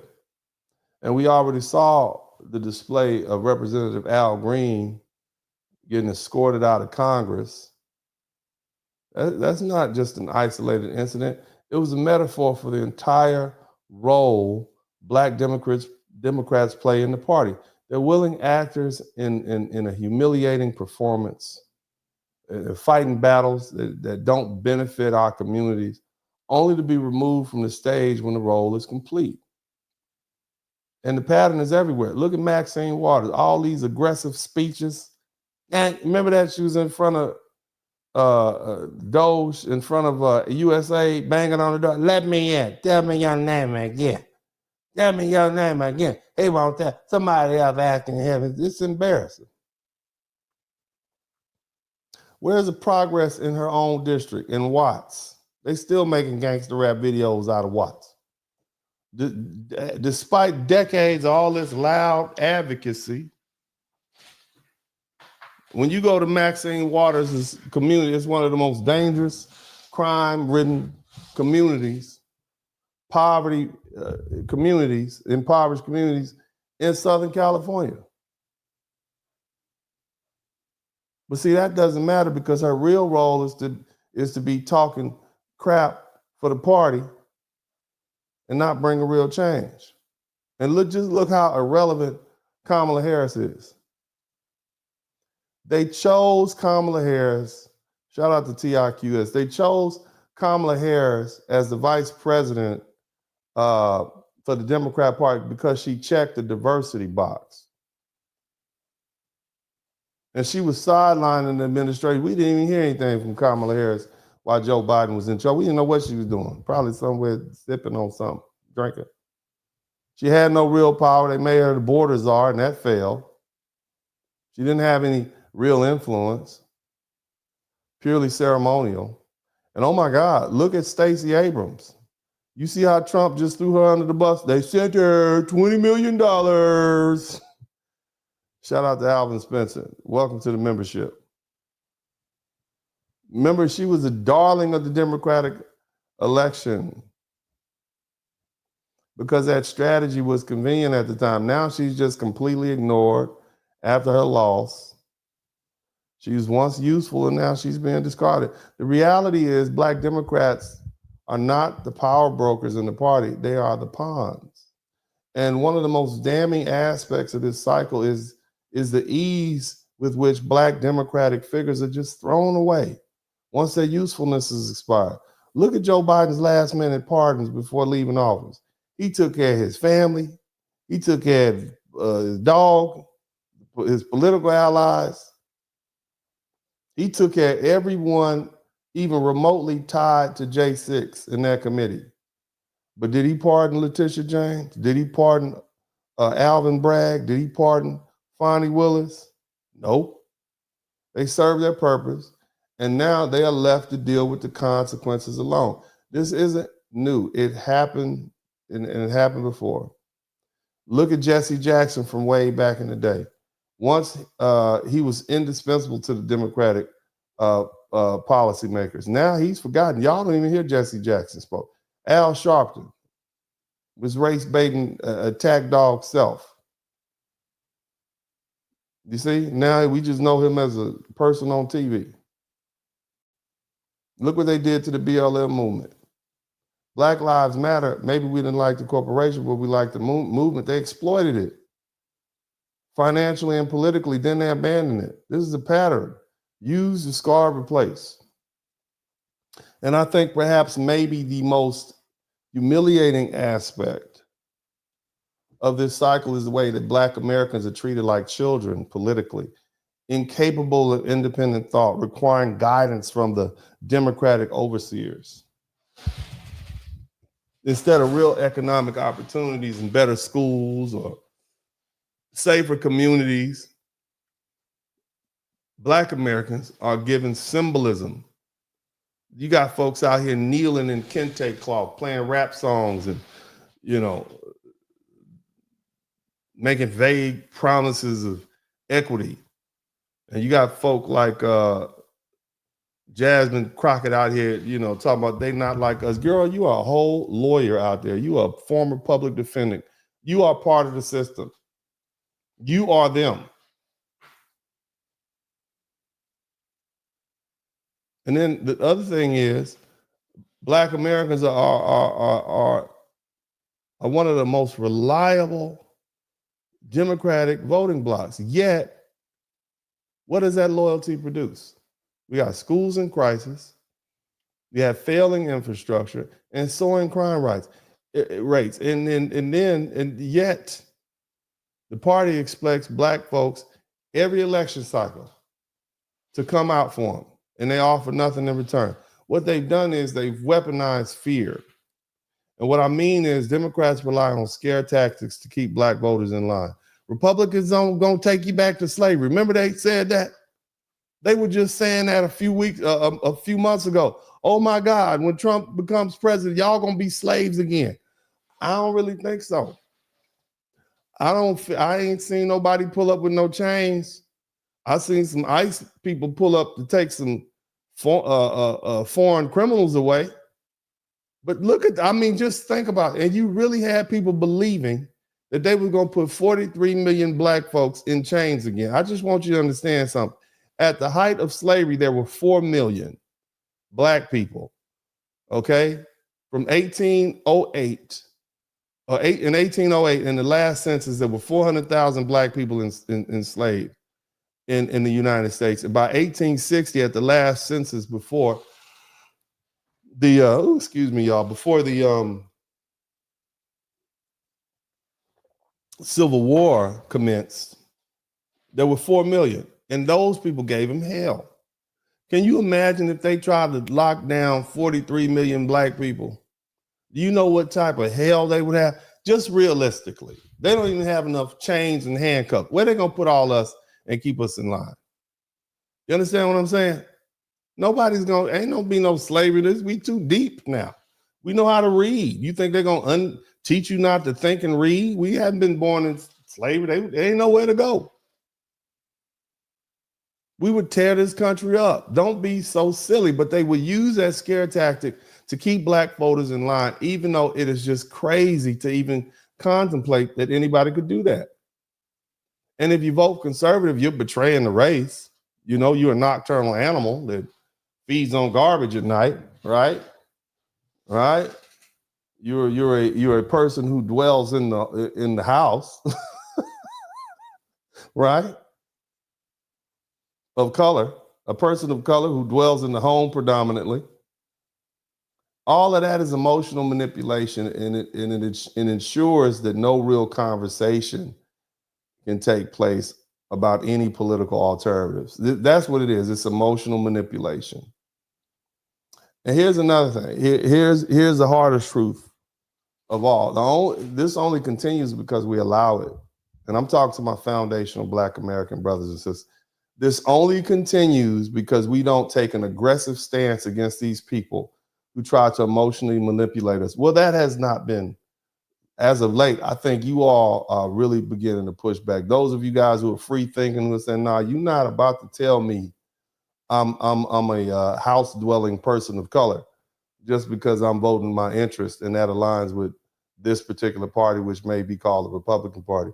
And you darn sure not gonna call me a nocturnal animal that forges through the garbage at night because I don't want to vote for the rainbow rights under Kamala Harris and biological men playing in women's sport." I think some of y'all about ready to dot some people's eyes. I think if y'all could jump through the internet and find these folk, y'all would put hands and feet on them. This is why I think they are. And I don't think folk realize that, Black folks especially, you're not going to just keep sitting up trying to emotionally manipulate us, calling us sellouts because we vote in our interest. I'm just saying. You see what I'm saying? I'm just saying. Somebody type dotting them I's in the chat room. And I'm not talking about handwriting, okay? I'm talking about dotting I's. Those of you all who understand, if you get it, you get it. If you don't, you don't. Now, again, because of the deep-seated belief that Democrats are the only option, all right, because of the media's demonized any Black person who questions the Democratic Party, because historical narratives have been twisted to erase the reality of who truly helped and who truly hurt Black progress, because of the fear of ostracization, keeps too many Black voices silent and stuck on the Democrat plantation. This is why it continues to happen, okay? Now, I'm not criticizing anybody. Look, man, vote your interest. If you vote Democrat, I'm cool with you. Vote Republican, I'm cool with you. But don't let anybody punk you or scare you or manipulate you into voting for a particular party, even though that party's interests are not aligned with yours, especially when they're out there acting like crash dummies. Because, the one thing about crash dummies, everybody in the car has got to go, all right? It was embarrassing watching Al Green. It's embarrassing listening to Jasmine Crockett. It's embarrassing listening to all these other Black representatives hoot and holler and scream, right? And that pattern is played out. We don't want your fried chicken. We're not coming to the fish fry. Okay, I can barbecue myself. That's not how you're gonna get my vote. What's my interest? Find out what that is. Okay, and then petition me for my vote. Now, here's the thing. I want to give you a little history. Okay, so the political landscape in the United States has never been static. It's always been a battlefield of ideologies and power struggles and shifting allegiances, you know, and parties rise for a purpose. They dominate with influence, and then they collapse under the weight of their own contradictions. Every major party that has defined the American history had started at some point, it peaked its power, and eventually it declined. And if history teaches us anything, it's that no party is permanent, no allegiance is eternal, and no ideology remains unchallenged. Okay? Now, the birth of political parties in the United States, as you know, it coincided with the birth of this nation, 1790. And the founding fathers didn't originally intend for America to have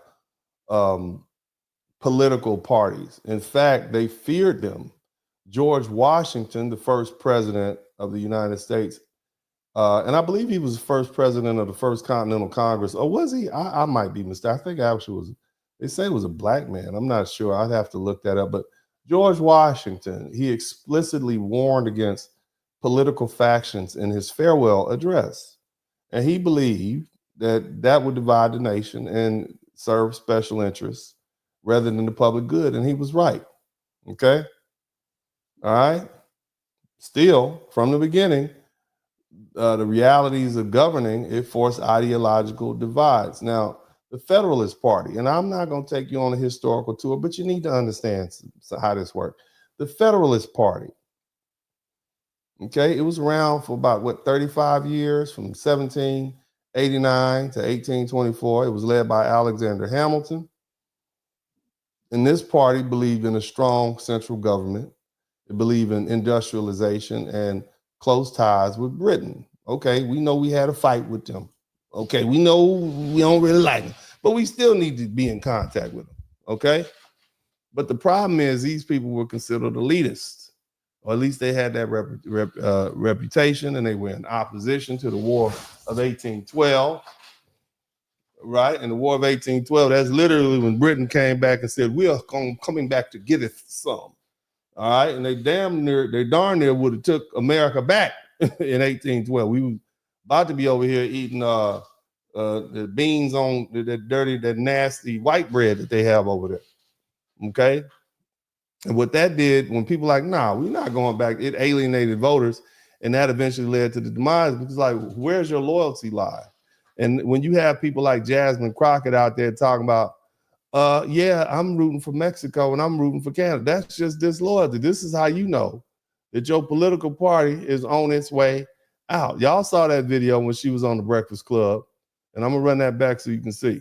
This government where the wrong one. Let me see if I can pull it up real quick, because it's just unbelievable that a sitting member of Congress would say something that is that unpatriotic, literally saying, I'm rooting for Mexico. This is why I'm rooting for Mexico, because they're the only ones speaking truth to power. Let me see if I can find this hot mess that this young lady said. I just found that other. Well, y'all saw it earlier, but I think it's important. There we go. Take a listen to this. This is it out. The fact that I'm rooting for Canada and I'm rooting for Mexico a lot is really wild. But they are really the ones that are speaking truth to power right now. They can see what it is, and they were like, we are not messing with this crazy regime from Mar-a-Lago, and basically calling them thugs. That's what it is. But I'm like, y'all knew who he was when y'all elected him. Yeah. So either way, look, what I'm saying is you don't root for any country against the United States if you're an American.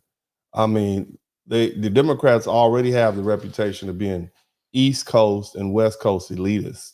And now they're coming across as unpatriotic, literally rooting against America. That was the Federalist Party back in 1789. And here we are from 1789 to 1824. They didn't live long. Now you had another party called the Democratic Republican Party. Okay, not to be confused with the current Democrat Party or Republican Party. but the Democratic Republican Party was around from 1792 to 1834, and it was led by Thomas Jefferson and James Madison. And this party stood for agrarianism, states' rights, and decentralized government. I want you to understand something about Thomas Jefferson. Thomas Jefferson was a landowner, and he was one of these people that had all these breeding farms, okay? These people were like, nah, we want the rights to be reserved to the state. We had enough of that king stuff. We don't want a centralized government. That's too much like the king. You see what I mean? So we want the states to we want to be around here telling ourselves what to do. You don't want DC telling you what to do. But it was crushed, you know? It crushed the Federalist Party, but later it splintered and it led to the Democratic Party and the short-lived National Republican Party. Now, the second party system, okay, what I'm saying is it was the Democrats versus the Whigs, okay? At first, it was just kind of one party, you know, and they took over from another. But then you had the Democrats and the Whigs party showed it, and the Whigs spelled Whigs from 1828 to 1854. So by 1828, the modern two-party system had begun to take shape. Before that, it was just one party at a time, okay? Andrew Jackson's Democrat Party. Y'all know who Andrew Jackson was, right? He wasn't necessarily friendly to black folks, okay? But he rose from the ashes of the Democratic Republican Party, right? Claiming to be the party of the common man. You understand me? These are the ones that were pro-agrarian rights, pro-slave plantation. You understand what I'm saying? And so on the other side, you had the Whig Party, and it formed in opposition to Jackson's authoritative style. You know, y'all get back. You know what I'm saying? They were trying to restore congressional power. They were trying to promote economic modernization, meaning we got to get away from all these slaves. We got to get some more stuff going on in here. This ain't cool. All right. Now, the Democrat Party, the one we see right now, has been around since 1828. What was going on in America in 1828? It was founded by Andrew Jackson. Okay. It originally championed state sovereignty. We don't want y'all telling us what to do. Okay. This is the same. Think about that. Back then, they were in the state sovereignty. Now the Republicans are in the state sovereignty. That's who they want. They want states' rights. They oppose banks, and they didn't like the federal government getting involved. And ironically, later it became the party of the big government under Franklin Delano Roosevelt with the New Deal. That's where your welfare and all that stuff popped up. And on the flip side, the Whig Party from 1834 to 1856, it stood for economic modernization, federal power, and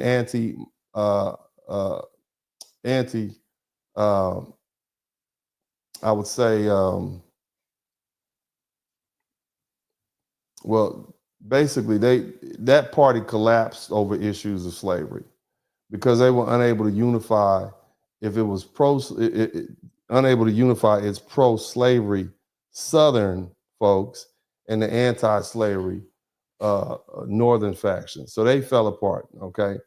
And the Whigs died out because they failed to take a stand. They were wishy-washy, okay? Just like you got these folk on the Democrat Party who are like, look, I support the Democrats, but I don't support these boys who are biologically boys playing sports against women. And so there's been a lot of fall off. That's why a lot of people like myself who are lifelong Democrats had to migrate over to the Republican Party because at the end of the day, I'm a moderate Democrat, but these left-leaning Democrats, they're too doggone extreme, okay? And then, of course, you had something called the third party system, and this was the rise of the Republicans and the Civil War divide. Now, I don't want to go too deep into it, but the bottom line is, okay, there's been a lot of political systems throughout the United States, a lot of different parties, okay?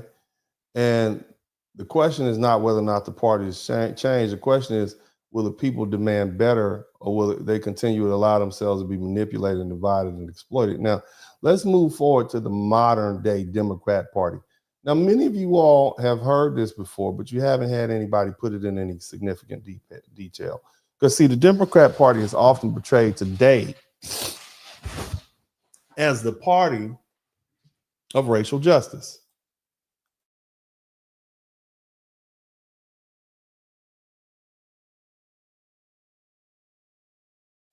The Democrat Party today is the party of black people. It's the party of equality. It claims to champion people of color and black Americans. But when you look at its history, right? It wasn't to protect the civil rights. Okay, it wasn't the political home of minorities.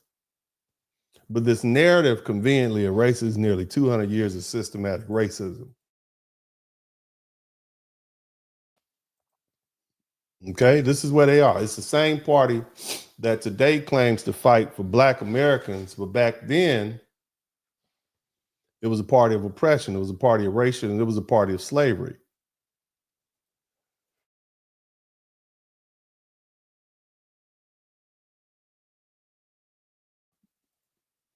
I keep losing my feed real quick, but that's okay. I'm still here, just here, chopping it up with you guys. Now, the other thing is I want to talk about, matter of fact, let me get y'all hit the like button. I'll be right back. Let me get this squared away. Y'all hit the like button. And I'm going to keep showing the world what black you were tuned in to one of the best black men advocated podcasts on YouTube. Show some love for the one and only black professional. Keep it real. And be super mad. You would tune in to Dennis podcast. Keep it moving, mama's favorite of the lovely ladies. All these YouTube men dressed for the occasion, even though he on the internet. Intellect beat you up in court and probably fist to fist. Been around the world, high value. Girl, you can't relate it. Been debated. Godfather endorsed, scared. Kevin said it. Independent black businessman. Yeah, he hood related. Probably wouldn't know a big bass. Fast life. Talk to me and I talk back. He can litigate it. Walk with me as we talk facts. He opinionated. Staying true. He not only talking, checking court dockets. Only YouTuber putting real money in my pockets. LA back to Houston, taking off. Some Houston Rockets, Big O in the middle. I'm Elijah Wan, let's get it poppin'. Championships, we want championships. Beat the manuscript, loyalty and brotherhood. Watch out who you're hanging with. All they want is comfortable oppression. We'll feed them false hope. Hit that subscribe button. Yeah, y'all know what it is. Dennis Spurling podcast. One of the realest. One of the realest in the game. Let's get to it. All my lovely ladies, y'all know what it is. Show some love. Yeah, hit that like button. Subscribe right now. On our way to 100,000. Let's get it. When we're saying that, we're going to give them too much clout. You would tune in to the one, if not the best, on these YouTube streets. We call him Dennis Spurling. You sit back and hate watch, clocking everything he do and say, but you yelling Dennis Spurling. Show some love, ain't enough going round for a black man putting it down. We talking Dennis Spurling. Taking over 2025, ain't no lies. Pull up, tell all of your guys we watching Dennis Spurling. You tune in to the one, if not the best, on these YouTube streets. We call him Dennis Spurling. You sit back and hate watch, clocking everything he do and say, but you yelling Dennis Spurling. Show some love, ain't enough going round for a black man putting it down. We talking Dennis Spurling. Taking over 2025, ain't no lies. Pull up, tell all of your guys we watching Dennis Spurling. You woke up this morning and you disrespected a that you absolutely never met in your life. You a sucker ass instant, man. This is Uncle D, and as I always said this time, I'm out. Almost to 10,000 followers. I want to say thank you to you guys. You know, God has something for me, and I'm going to continue to say yes. Smooth operator. Come on, everybody. Smooth operator. Smooth operator. Yeah, that's what I'm talking about.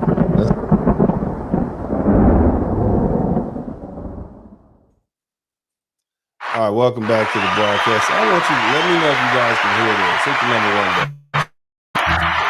Today's Democratic Party believes that government has an important role to play in society. It fights against economic inequality. It advocates policies that battle racial and gender discrimination. But it wasn't always this way. The Democratic Party was once the party of white supremacy, supporting slavery and the Ku Klux Klan. Do you guys hear that? Hit the number 1 button if you guys can hear that. Hit the number 1 button. To understand how the party made such a huge shift, you have to go back to its origins in the mid-1820s, when it sprung up supporting the presidential candidacy of a popular former general, Andrew Jackson. Jackson was an outsider, challenging the political establishment and the elites of his day, and his critics disparaged him as a jackass. But Jackson embraced. He embraced that. Let me speed this up. I don't want to get any issues, but let me speed this up a little bit. Go ahead, you guys. Let me know if you can hear it. The animal as a symbol of determination, and donkeys started appearing in newspapers to represent him and his followers. In the 1828 presidential election, which saw record-breaking popular participation, Jackson won in a landslide victory. So his supporters argued that they, and not the old elites, represented the popular. Look who the Democratic candidate was supported by. All these states that were part of the Union: Louisiana, Mississippi, that's Alabama. This is Georgia, South Carolina, North Carolina. What is that? Tennessee, Pennsylvania. I forgot. Is that Pennsylvania? Look at that. All these Democratic, Missouri, Illinois, all of these states supported. You know, the slavery states supported the Democrats. Okay. Will of the country, and they started calling themselves the Democrat. He did Native Americans dirty. You understand me? Just think about it.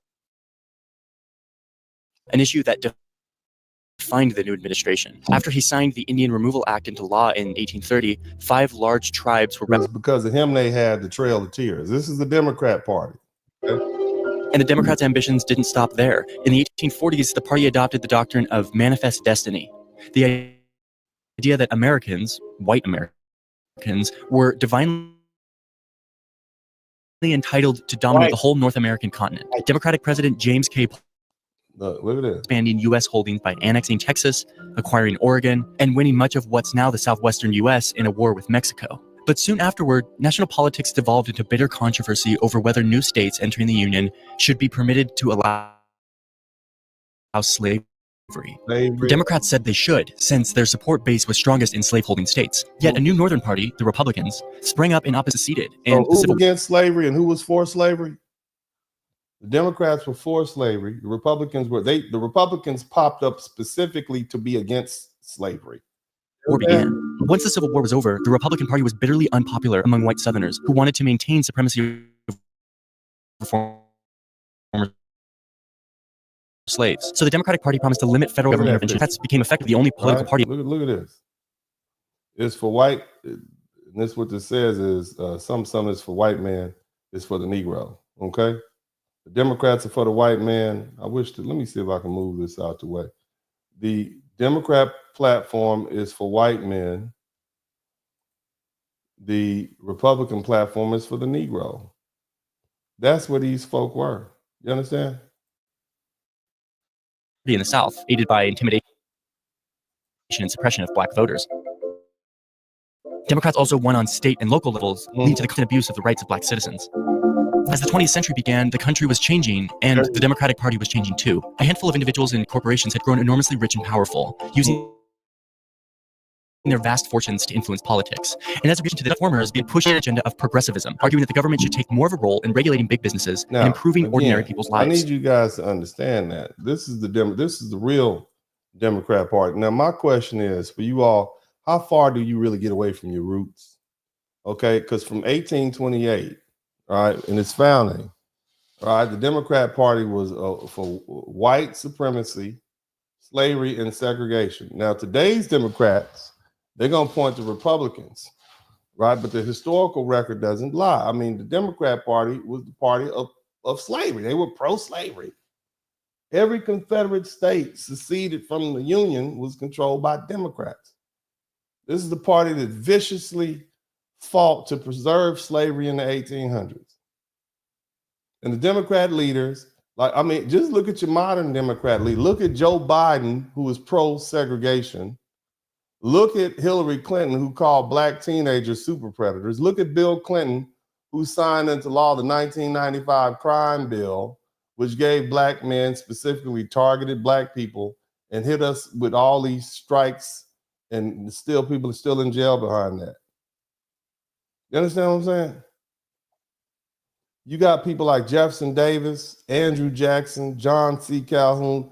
They're literally defending human bondage. These are the Democrats. The Democrat Party was the party of the KKK after the Civil War. The Southern Democrats founded the Ku Klux Klan.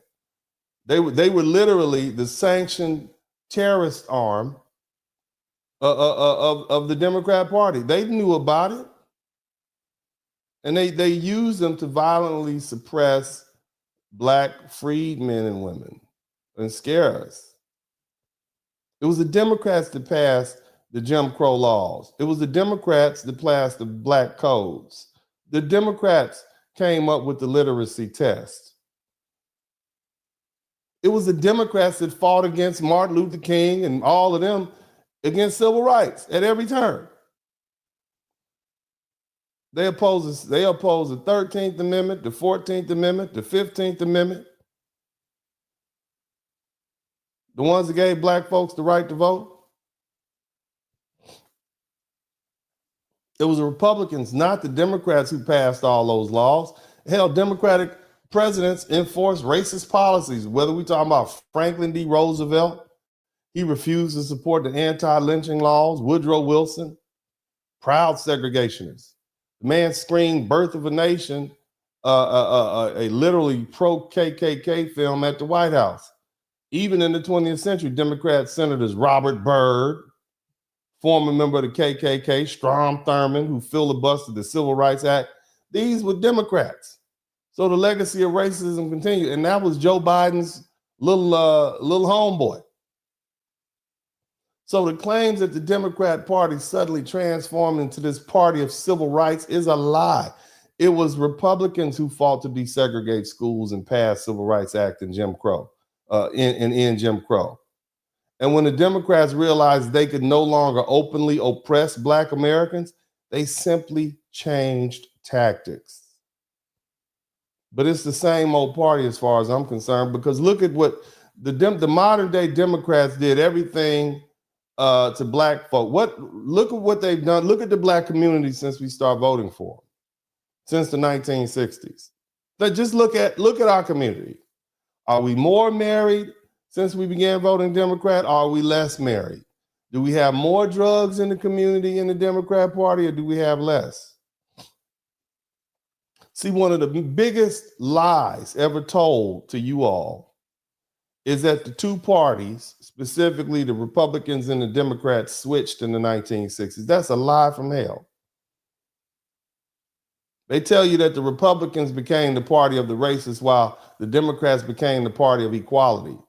Honestly, I think both of them are racist. I'm just going to be honest. They're just two different types, but I think they're all racist. I think everybody's racist. I think most people watching this broadcast are racist. No matter what color you are, you got some prejudices and some preconceived ideas about certain people, and it is what it is. You're not going to get over it. It's part of human nature. I'm just saying. It's when you start getting together and doing mean stuff to other people based on their race or ethnicity, that's when it becomes a problem. Nevertheless, the myth that the Democrats have somehow, found Jesus, right? That's a myth. It's just used to whitewash the unbroken racist legacy of the Democrat Party while villainizing the Republican Party, which has historically fought for Black Americans. Look, here are the facts. When the Civil Rights Act of 1964 was passed, 82% of Republicans voted for it. Okay? 64% of Democrats voted for it. So look at this. Don't be mad at me for telling you the truth. But that was it. The Civil Rights Act of 1964 that everybody complains is being overturned, more Republicans voted for that than the Democrats. And the opposition to civil rights came from the Southern Democrat. This is 1964. Some of y'all were alive in 1964, or at least your parents were. And after 1964, the vast majority of racist Southern Democrats stayed in the Democrat Party. You think they left? Only a handful switched. Strom Thurmond was one of the few exceptions, not the rule. So to claim that Republicans became racist is absurd when you realize that Martin Luther King Jr. was a Republican, Frederick Douglass was a Republican, Booker T. Washington was a Republican. But if the Democrat Party no longer supports slavery or segregation, how is it still racist today? Is that the question you have? But here's the answer. Paternalism and systematic dependence. See, instead of chains and whips, brothers and sisters, the new tools of oppression is welfare dependency, low expectations, the victim mentality that they put upon you, and economic stagnation. So think about it. Look at the modern day democratic strategy. It's basically welfare and government dependency. So think about how did the party of slavery become the party of Black Americans and we overwhelmingly vote for them today? Because they traded in their chains for checks. See, in the 1960s, after decades of opposing civil rights, Democrats realized that their only path to survival was to change tactics. They could no longer suppress Black Americans with segregation, so they offered us government benefits to create a permanent underclass. It's the American way. Lyndon B. Johnson, with his racist self, used to throw the N-word around like it was spitballs in a third grade classroom. He referred to it as the Great Society. All these programs, they were never meant to help Black people in the first place. They were meant to control us. And Johnson was a notorious racist. This man said, I'll have all these N-words voting Democrat for the next 200 years. His plan worked. At least it's been 60 years. The expansion of the welfare program trapped millions of Black families in generational poverty and destroyed the Black nuclear family because it provided an incentive for Black women to leave their husbands, abandon their man, and go off and try to raise children on their own so they could be strong and independent. They were duped. Before Black welfare, Black families were strong. In the 1940s, the 1950s, the 1920s, the 1910s, fresh out of slavery, Black marriage rates, specifically in the 1940s, was higher than white marriage rates. I think it was up in the 90s, 90%. Most Black people were married. Most Black children came from two-parent homes. But after welfare was introduced, the Black father was systematically removed from the home, and single mothers became dependent on government assistance. Now you see how that worked out. You see now they're cutting all that out, but the bottom line, that's what they did. It was a trick. Get you out there on the ledge. You depending on this check from Big Daddy government, and now here we are. You've made a generational habit out of it, and now they just said, nope, it's all over. And then what about the affirmative action quota? Girl, we're gonna give you a check, and then we're gonna give you a job. We're gonna send you to school. Affirmative action quotas. They were never meant to empower. They were meant to control. They created a system where success for Black Americans was not based on merit, but on government handouts and lower standards. So you didn't get the best of the best rising to the top because of their own merit. You got people who got a little, hookup. You understand? So instead of uplifting Black people, these policies created the stereotype that Black professionals couldn't succeed without special treatment. How does that affect you in your head? If you hear, I'm here not because I'm excellent, which means I don't deserve to be here. That's not gonna make you want to compete to your highest. It's gonna make you think you're inferior. This is what the Democrat Party did to you. That's what they did. The destruction of Black families is what occurred. Thanks to the Democratic policies. It led to mass incarceration because there wasn't no daddies at the house. It led to gang culture because of these fatherless homes. Drug use because there wasn't no man there to keep it in control. And of course, the woman couldn't have a man in the house because if she got penalized for that. And then the Democrats want to blame systematic racism. We've had systematic racism in this country. It was far worse in 1825 than it is in 2025. It was worse in 1925 than it is in 2025. They had signs up. But we as a group were better off. We had more businesses. But it was the policies. It was what they introduced into our communities, like they were doing experiments.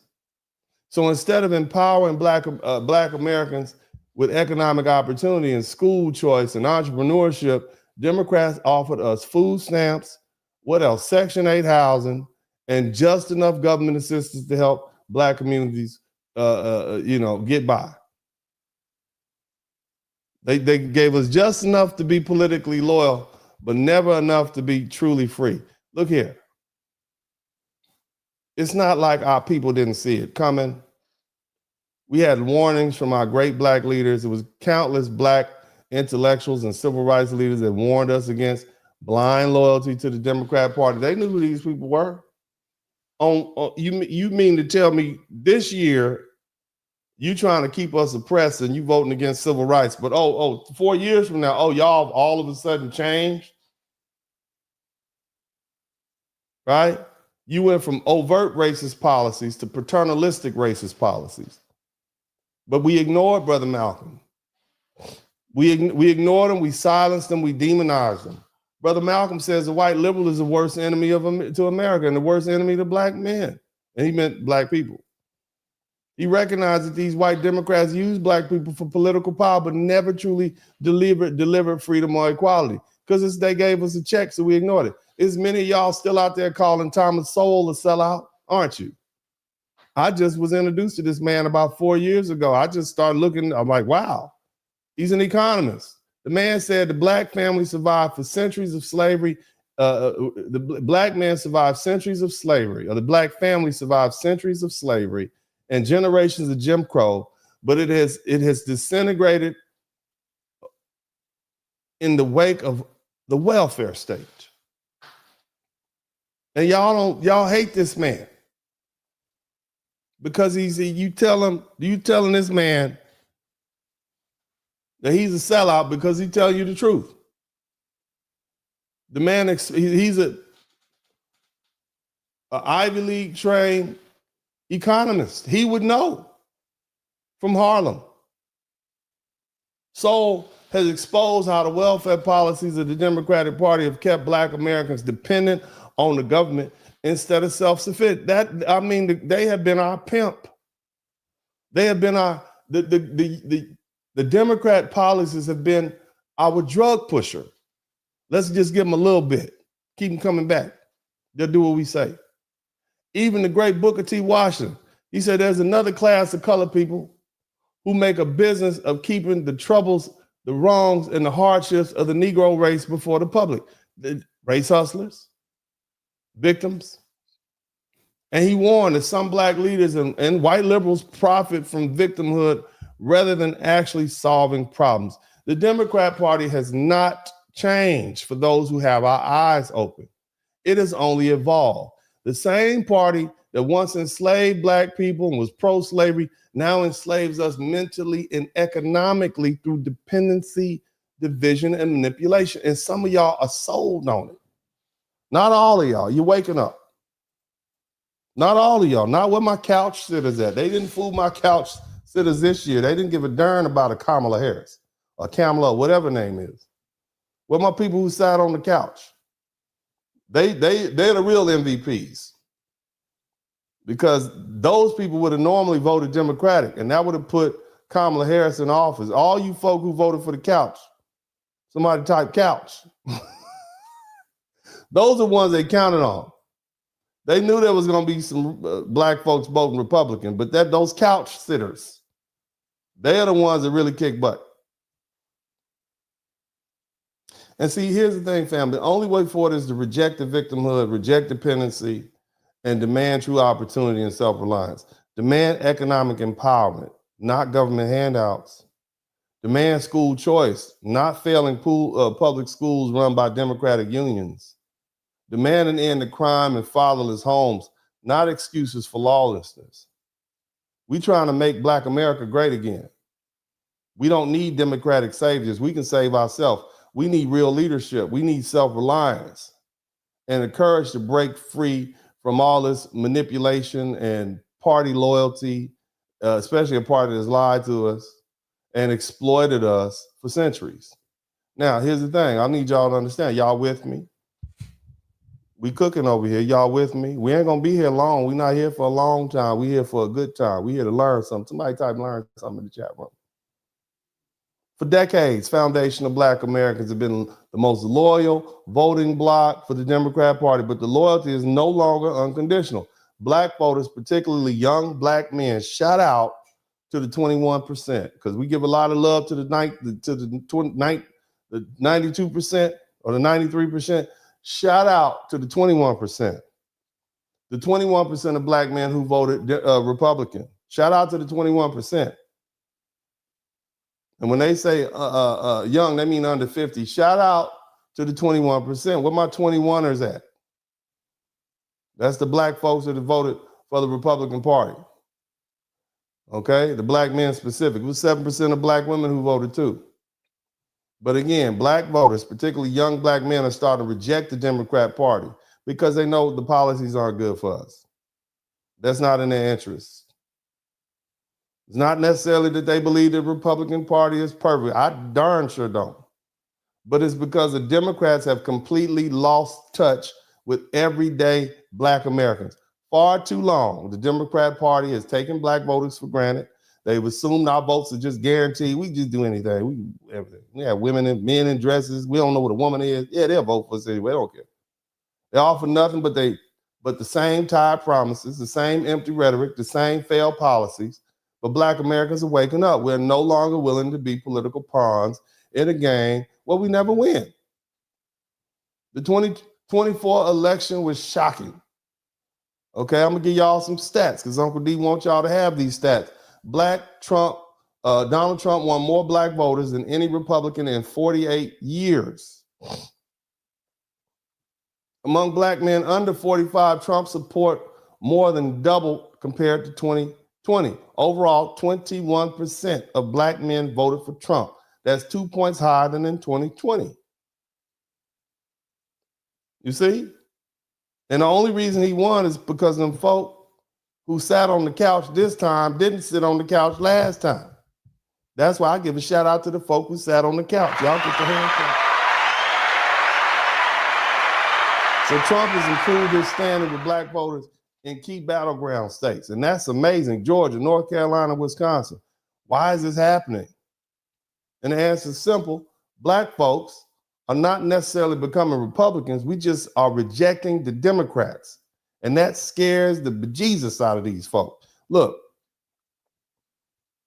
the Democratic Party today is not the party of the working class Black American. It is a party dominated by elite white liberals who lecture us about race while living in gated communities.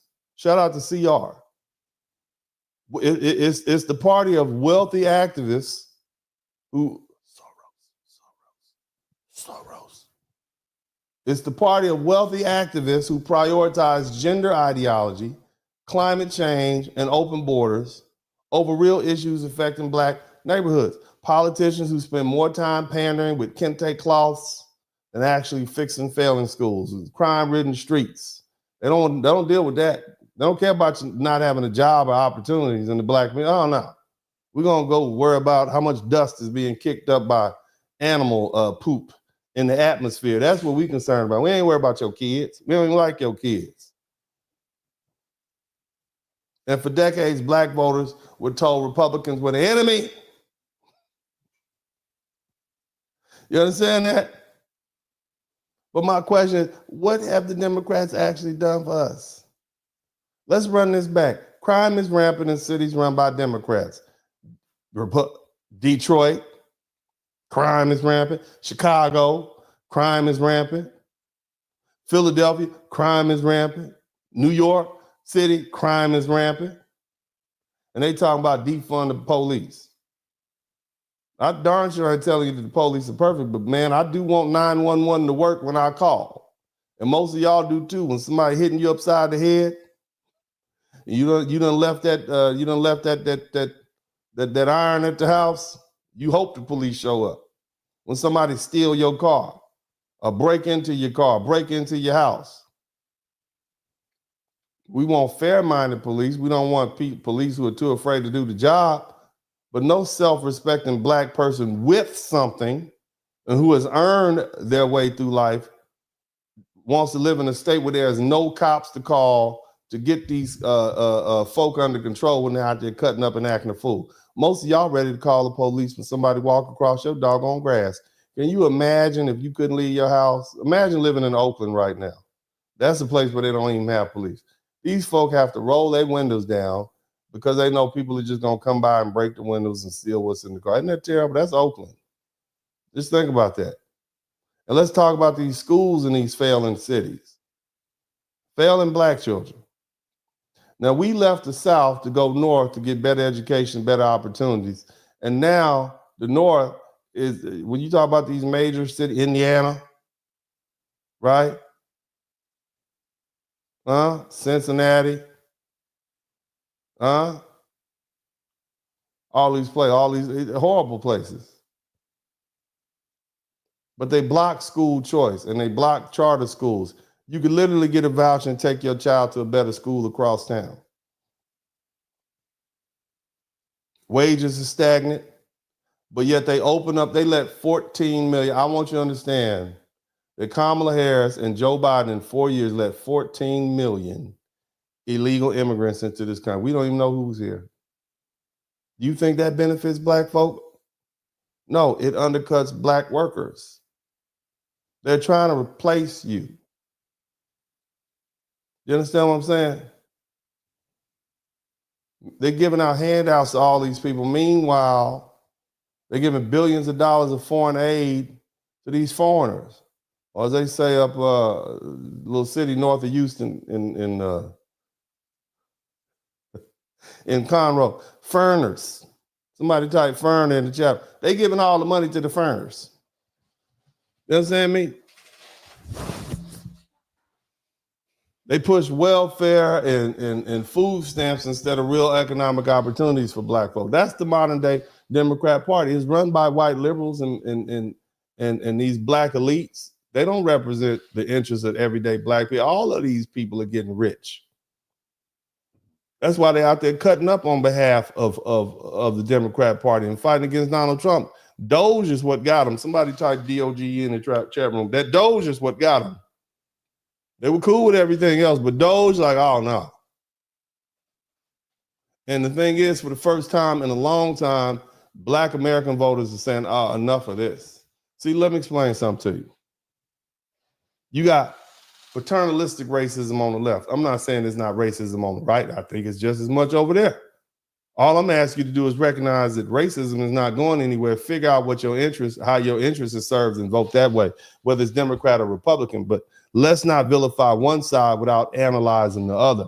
The Democrat Party still treats black Americans like children who need to be taken care of. Instead of empowering us with real economic policies, they push a victimhood mentality. They keep black people politically and economically dependent. And this is not progress. It is paternalistic racism dressed up like help. Somebody type help in the chat room. You understand me? That's what it is. Help. And it ain't help. It's not help. You understand?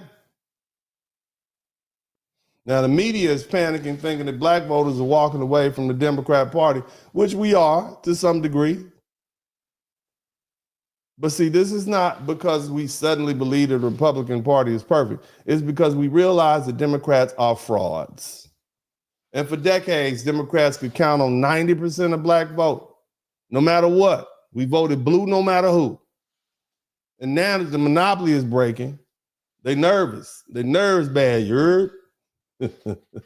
You got black voters staying home. Somebody type couch in the chat room.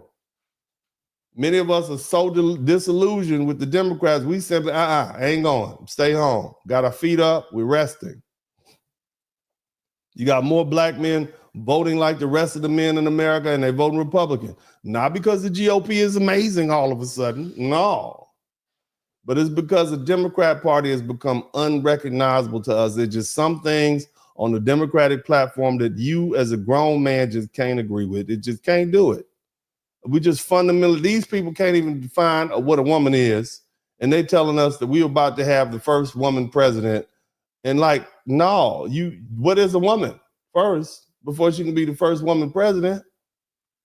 It's the Democrats who done themselves in, just like the Whig Party, just like the Federalists that I mentioned earlier. On top of that, they spent decades making promises and delivering nothing. They've taken us for granted, and now we're done playing these silly games with these people. The Democrat Party's stranglehold on Black America has weakened, and the days of automatically giving Democrats 90% of our vote, that's over, baby. Now, somebody type now in the chat room. We want, of Black voters, we want some real policies, not these empty promises. We want what y'all give the mother folk. You want to, we would say, look, we're not going to have you treating us like we're a guaranteed vote. That's like the fat chick with this ugly, with the bad skin that you call up at about 2:05 when you get out the club. Understand me? Not that I have any personal experience with that. I'm not talking about anybody in particular. If you watch my broadcast, I ain't even talking about you. But if I was coming up with some kind of analogy, what I would say was the club left out, you wasn't even able to pull nothing out the club. It's about 2:05, and you like, let me go ahead and hit up. All right, hey, what's up? What you doing? All right, I'm coming through. Okay, and then you just ease on over, you hit that button, you go on in there, knock on that door.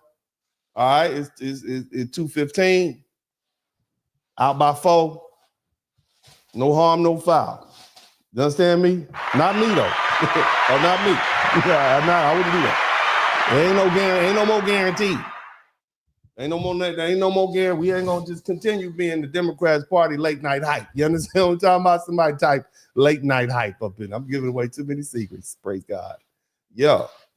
You wonder why you got all these 3s thinking they 6s and 7s. Anyway, move on. Different subject. Look, we support the candidates who actually deliver, not the ones who just use us as photo ops. Okay? If the Democrats want our vote, they're going to have to earn it like everybody else. If the Republicans want our vote, they're going to have to prove they deserve it. They want more. And for the first time in generations, Black Americans are breaking free from both of these political plantations. We're going to make them jump up and earn it.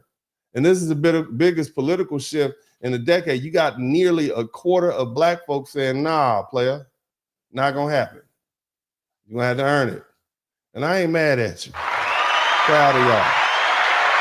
You know what I'm saying? Proud of my people. And nobody gonna take that away. But as far as these buffoons and these crash out dummies, that's what you see them doing. It's embarrassing. And it's time to shift. Now, I'm gonna take the opportunity to thank all the people who contributed to the Super Bowl. I got a little bit more to say. As you know, I'm long-winded. Okay, I do have more to say, but I want to thank my people who came through, the real MVP. Let's go out with the cash out, folks. Let me see here. All right, already. I need to send my man. Okay, we got somebody who wanted to buy my books. Okay, I got you, Chaos Reign. Shout out to you for that $87. I'll make sure we get those books off to you tomorrow. That's only one cash app. I guess the cash app is dry tonight, but that's all right. And again, I don't want you guys to give me something if you ain't learned something. Okay, that means I need to step my game up. But I do want to give a big shout out to everybody who came through with the super chats, because that was 20. We got 28. If we get 2 more, that'll be 30. 28 is great, but 30 is purty. You know what I'm talking about? Y'all like that? Uncle D be coming up with these raps, and don't be using my stuff either. I'm gonna start copywriting my raps and my little songs and whatnot, my little words, phrases and such like that. But anyway, shout out to Christopher Williams. Thank you so much for the super chat. Thank you so much. We are the people. Thank you for the $4.99 super sticker. Also, Janetta, I always learn anytime Uncle D spit to her. Thank you so much, baby. Y'all learned about the Whig Party and the proper spelling, WHIG. Okay, you learn about the Federalist Party. Okay, good. That's good. Y'all got some dates. So shout out to everybody. Again, we got 28. Maybe I'll get to 30. Y'all give me the 30 before the end. That'll be awesome. But if not, I understand. I appreciate the folk who contributed.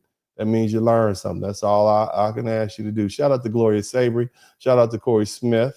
Who else? Blue Collar Bro. What's up, Blue Collar Bro? The sad part, the commoners will get the backlash. Shout out to you. Thank you so much. Barry Little. They need to be They need to be primaried all. They sure do. They sure do. Ron Sulichan said her action is totally unforgivable. Her representation is totally disrespected the seat she holds. Yeah, man, Jasmine Crockett is about a Dallas. Man, y'all need to do better. All right, we got 29 super chats. Maybe we'll get to 30. We get to 30, that'll be purdy. That'll be outstanding. Shout out to my man Eric Powell. Last night was the absolute best I've ever seen a president speak. Yeah, Trump really put the smack down on everybody. They did. I mean, the man did what he did. DT, he set him up real bad, having a little kid with cancer. Y'all ain't gonna stand with a little kid with cancer.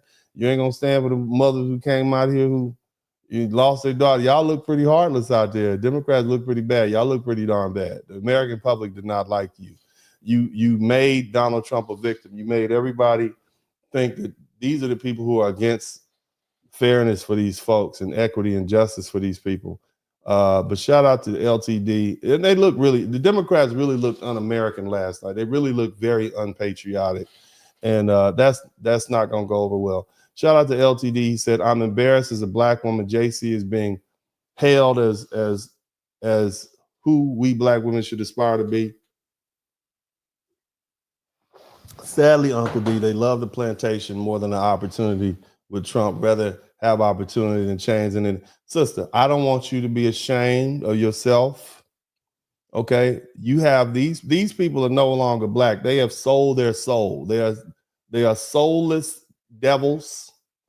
Okay, in black skin. That's all they are. They've sold their soul. I need you to understand that they don't represent black women. We have some. You see all, and that's why I put a lot of black women up on the broadcast. You see the sisters I put up. That's how everyday common black folk. These folk don't speak for us. That's what you need to understand. They've been bought off. They've been bought off. That let you know who they really are. So don't feel ashamed because you got Jasmine Crockett and all these other folk out there cutting up and acting a fool. That's not you.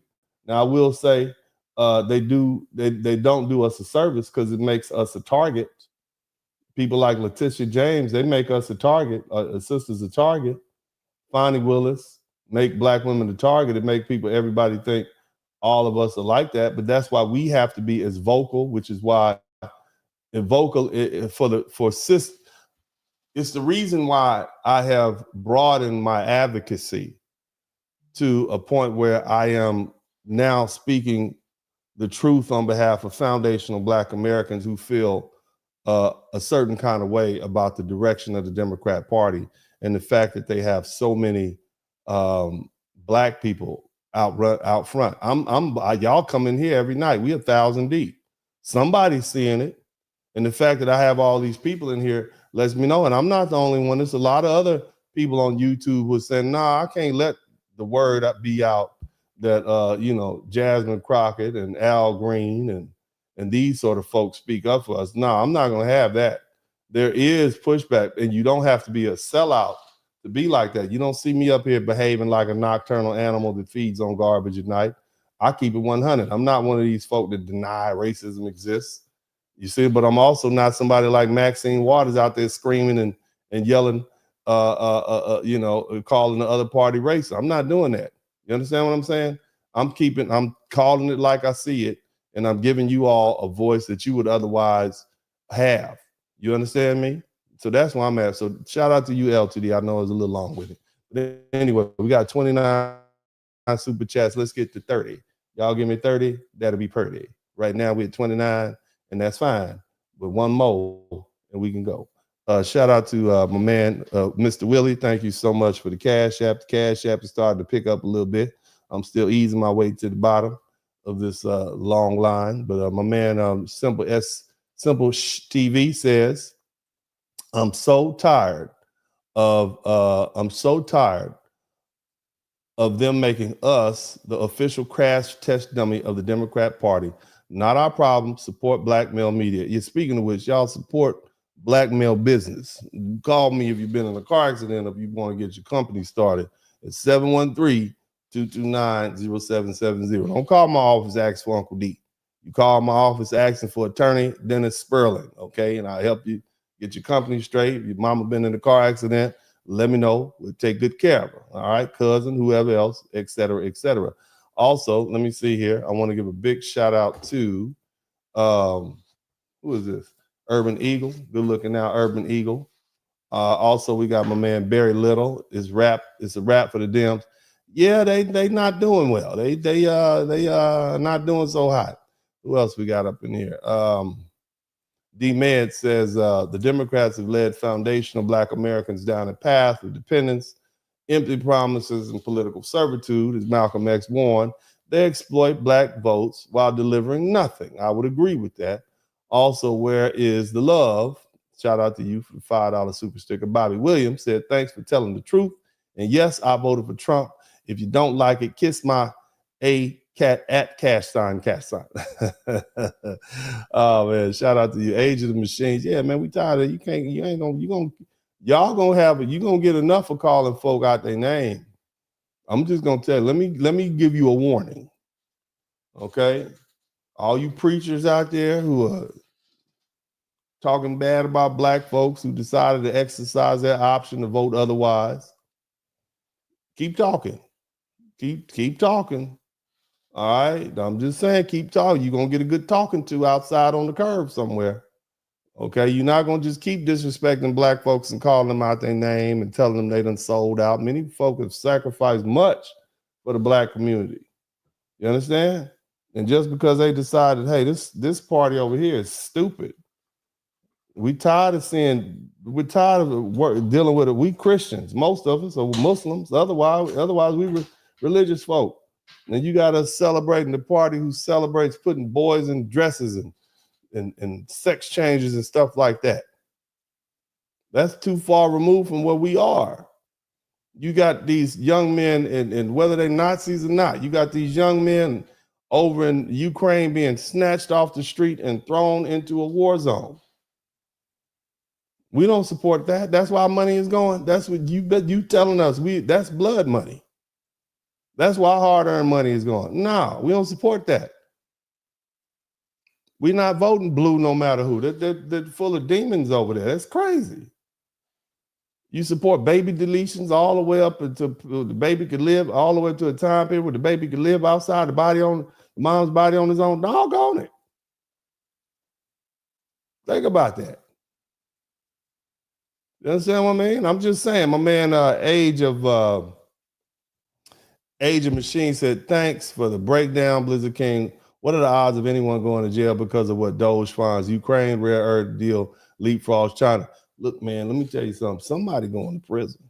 Pam Bondi is not playing. I know women like that. I know lawyers like that. Somebody's going to get indictments. I suspect that before the end of the year, there's going to be some indictments handed down. Okay, I suspect it's going to be a hot summer. Somebody type hot summer in the chat room. I suspect it's going to be a hot summer. They are already on it. These people are not playing this game. This is going down. But anyway, yeah, I think it's going to happen. Mr. Hunter, 5150, thank you for the super sticker. MC Recover, my West Coast homeboy, man. Big shout out to you, Dems. LA barely support boys and men program. I know, been there, brother.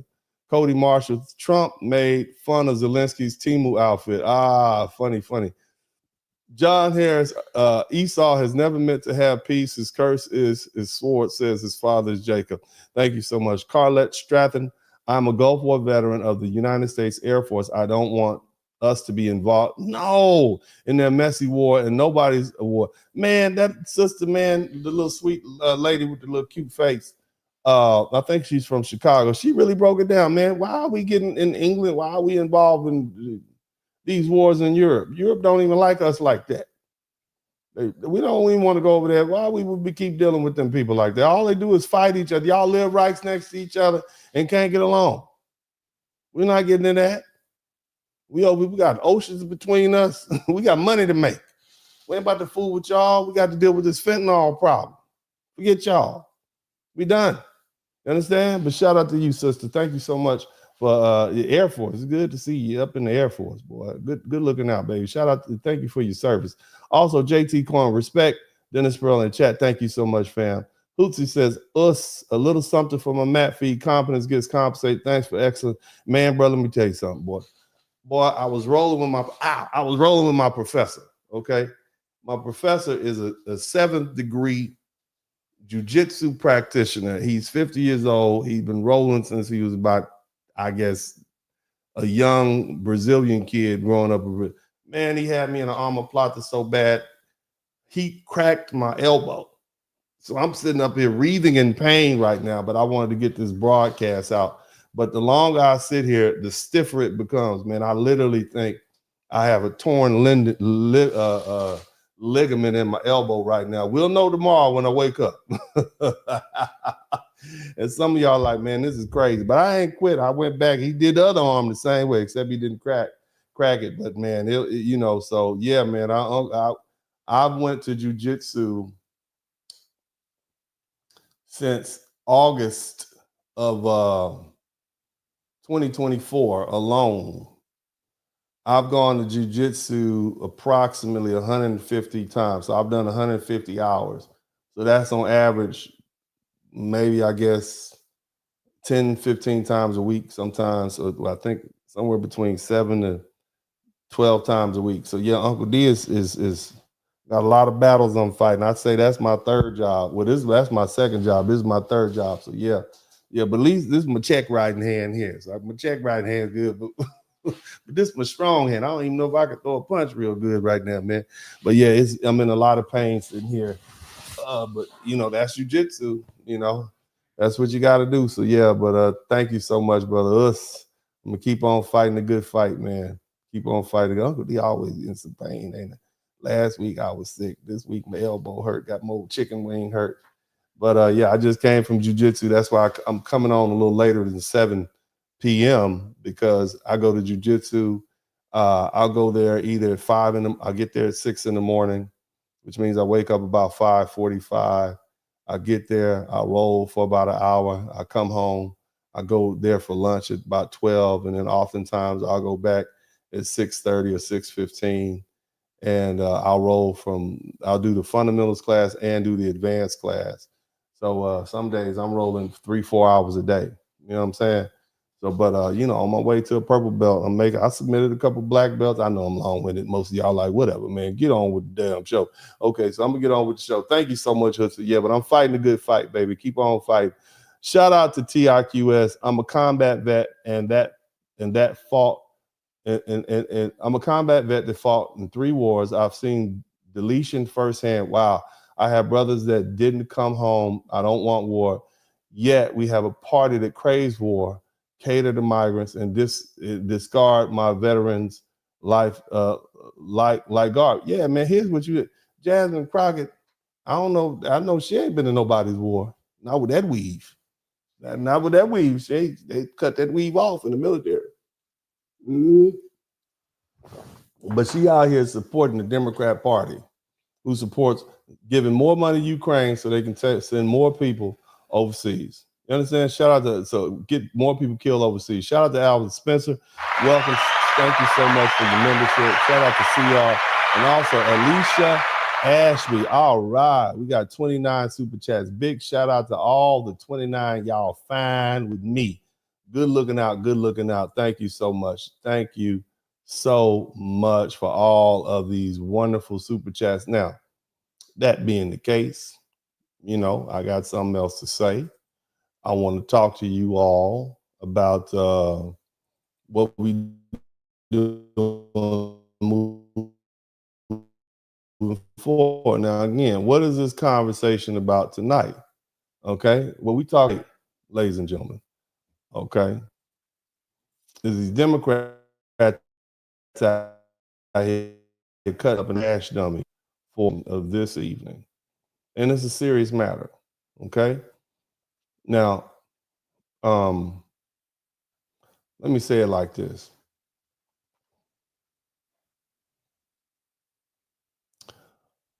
And I've talked about this before.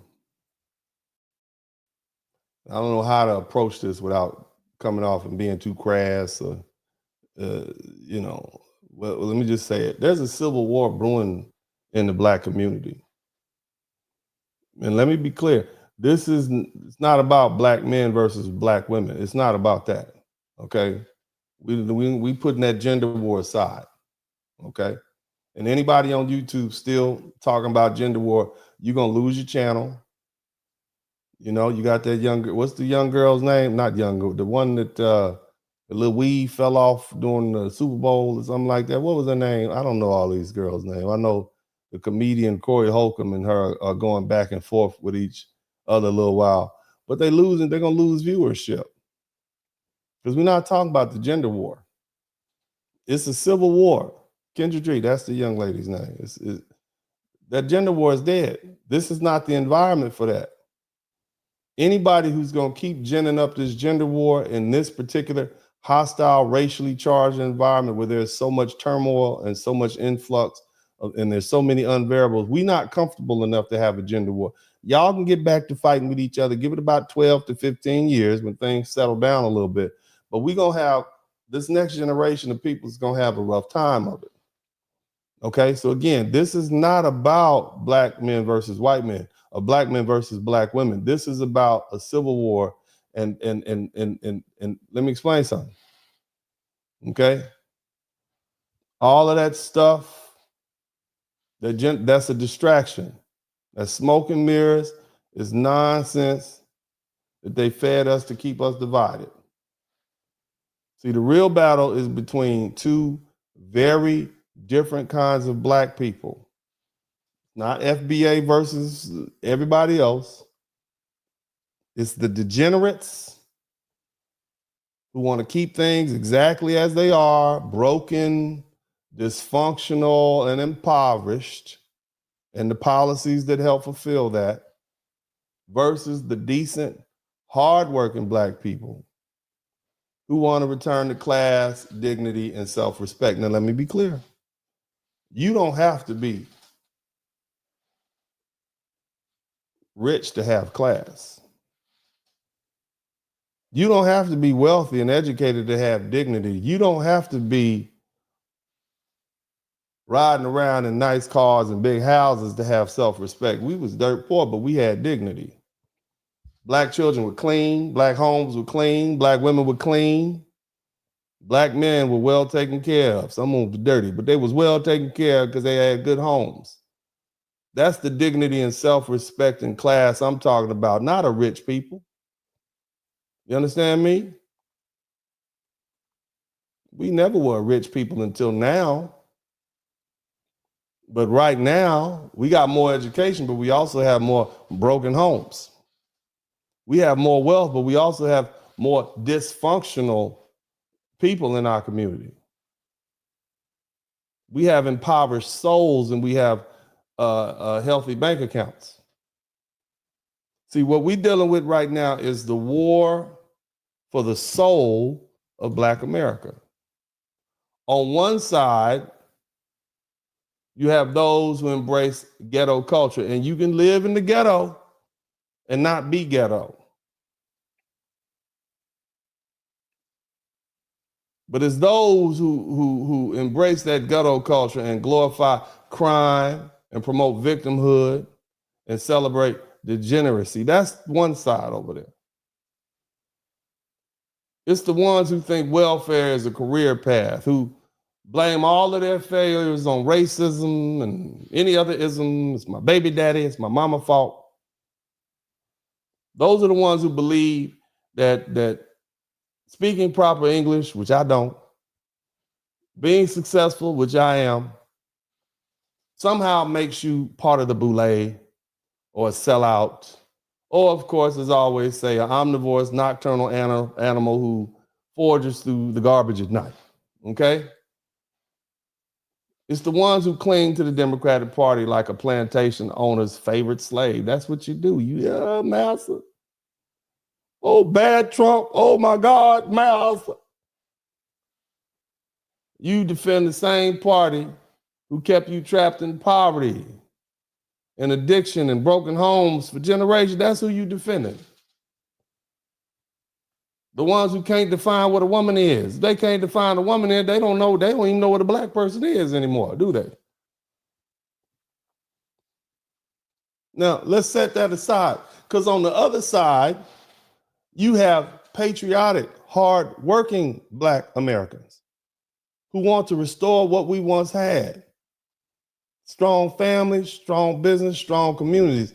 Even if you don't agree with everything that America does, even if you don't agree with 90% of the stuff America does. You still can be patriotic. You still don't wish harm on this country. You're not anti-American. You just don't like the policies. You want to do what our ancestors did, and that was force America to live up to its ideals and its promises. That's what you want. See, we're the ones who believe in stable relationships and marriage and raising our children and discipline and education and self-respect. The ones who remember that when the Republicans, under the Republicans, right, and really all that represented was more conservative values at that time, we had the highest marriage rates and the highest home ownership rates. And we were the most productive group of people in the country. We were building. Even under Jim Crow, that's what we did when we were together. Before all these funky policies that the Democrats came in and dropped on us, we traded a check for self-respect. You heard that right. During the height of Jim Crow, when Democrats were actively oppressing us, we built entire university systems. We built all kinds of thousands of Black Wall Streets.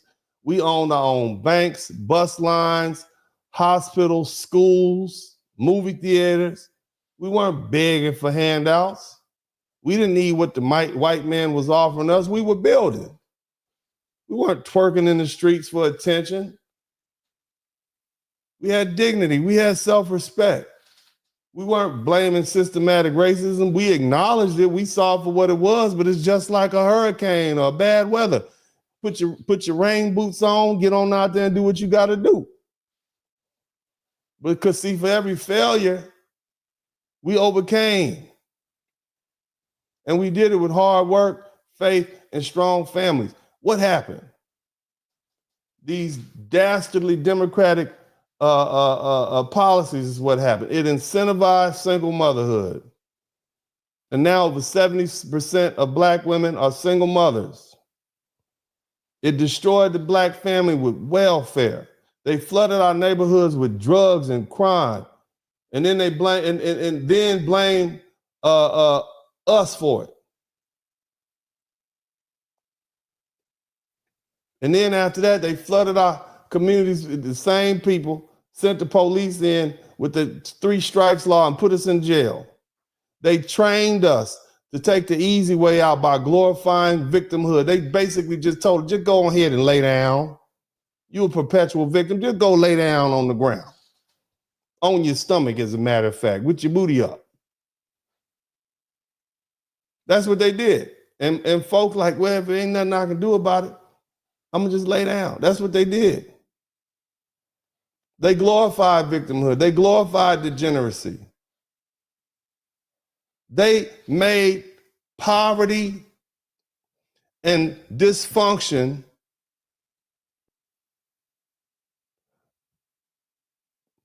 synonymous with Black culture. So you can never escape it because that is Black culture. You have Black people right now who will swear up and down, you not down. You ain't real. You ain't real.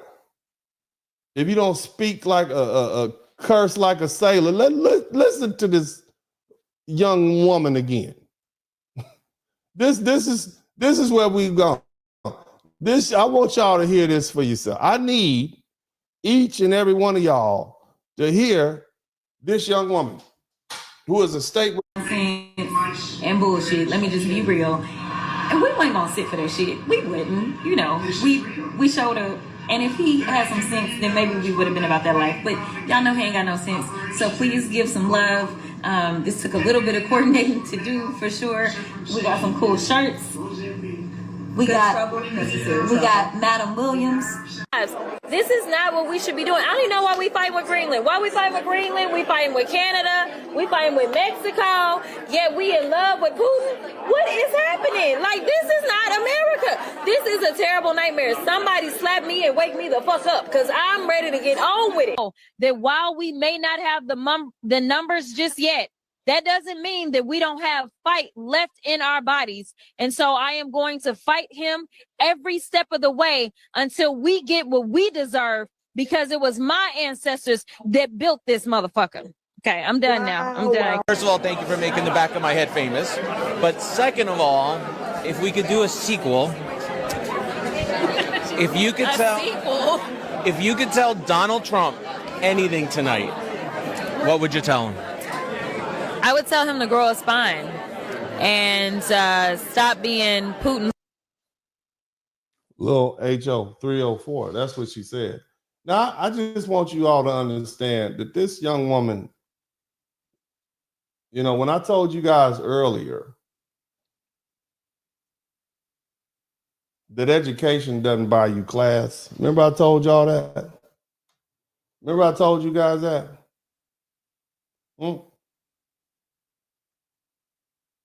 Remember I told you that?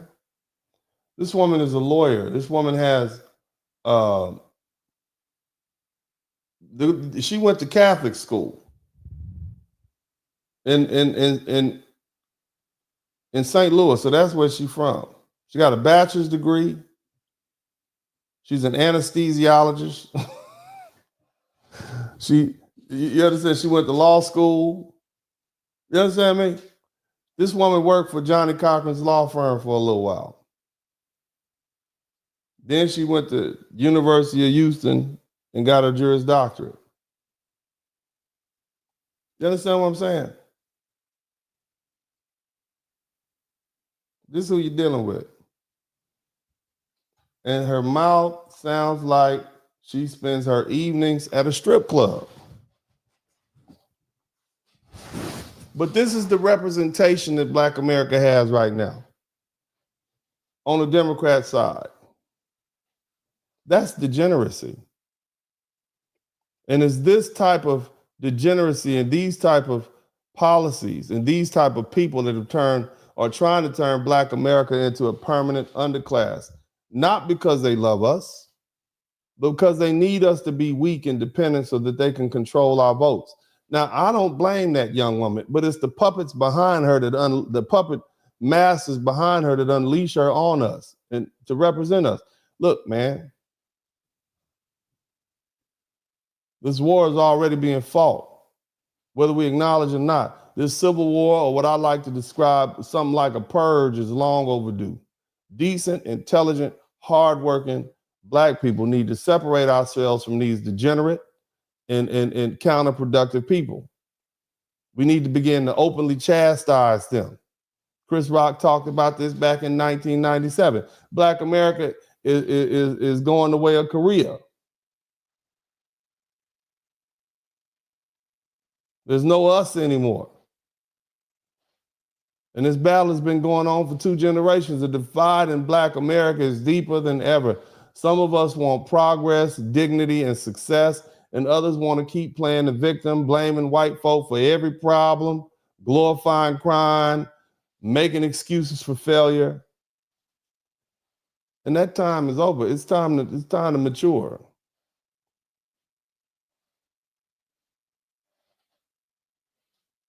I mean, we're in the twilight zone. You know, you got a lowlife like Al Sharpton.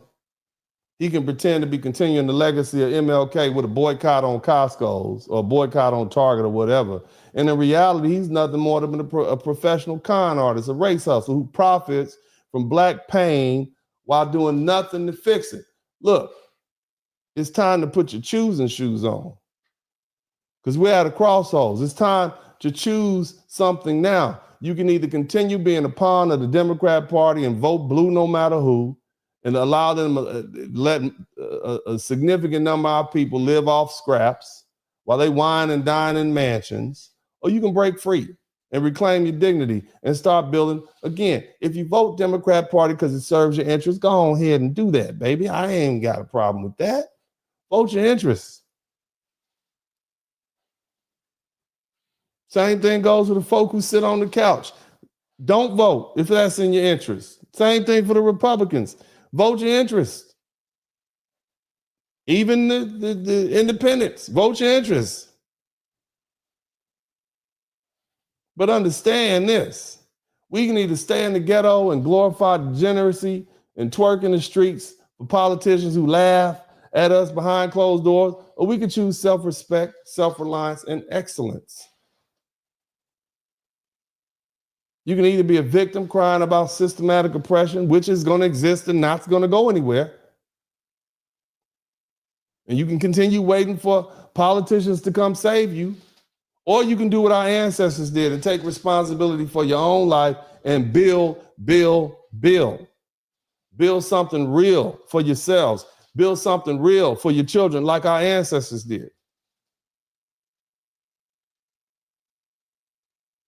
Let me tell you something. And you can call me cynical or whatever, but nobody's coming to save black folk. They don't like us like that. Hell, we don't even like us like that. But I can be absolutely certain to tell you that Democrats don't care about us. Hell, the Republicans don't care about us either. The only people that can save us, foundational black Americans, are foundational black Americans. The ones who refuse to sit around and wait for something to happen. It's time to make it happen. And to the degenerates and the perpetual victims and the race hustlers and the ones who are criminal minded, I'm not talking about my brothers and sisters who made it out the criminal justice system. You're doing well for yourself, baby. I support you 100%. I am 100% with you. That's why I'm all the way with what that boy, what y'all call him, Turtle. Somebody shout out to Aaron Sloan. I support him 100%. That young man was incarcerated, but now he out there making a name for himself on this reality show circuit. He started off as a balloon pop. He ain't hitting nobody upside the head. He ain't robbing nobody. I support my brothers who get out of that criminal justice system. That's not who I'm talking about. I'm not talking about y'all who grew up in poverty and was on welfare, food stamps. I'm not talking about you either. You might cut your words like I do. You might got a few things on your past. I'm not talking about you. I love you. I want to see you win. I'm not talking about the people who've been through something. I'm not calling you a victim because you fall back on some of the things you had to deal with. But baby, everybody got a cross to bear, even Jesus Christ. You got to carry that thing. You got to shine it up. You got to let everybody know this is who I am, but it don't hold me back. You got to use the blocks in front of you that hold you back as stepping stones. And I'm definitely not talking about the people, the race men and race women who acknowledge that race is an issue, but not the ones who let them hold them down, the ones who see past and say, we got to do better, just like our ancestors did. But I am not going to allow, as long as I have a voice and breath in my body and blood running through my veins and arteries, allow people to keep Black America broken and enslaved to the government. It's time to wake up, baby. There's a Black Renaissance coming. And you either get on board or you're going to be left behind. The choice is yours. This is Uncle D, also known as the Blizzard King. And as I always say at this time, I love y'all. And I'm out. Dennis Spurling. In the city where the lights don't sleep, Uncle D got the vibe so deep. Representing men strong and free. Dennis Spurling's the king of the spree. In the streets where the rhythm flows, Black men rising, that's how it goes. Uncle D got the truth to show. In his heart, that's where the fire glows.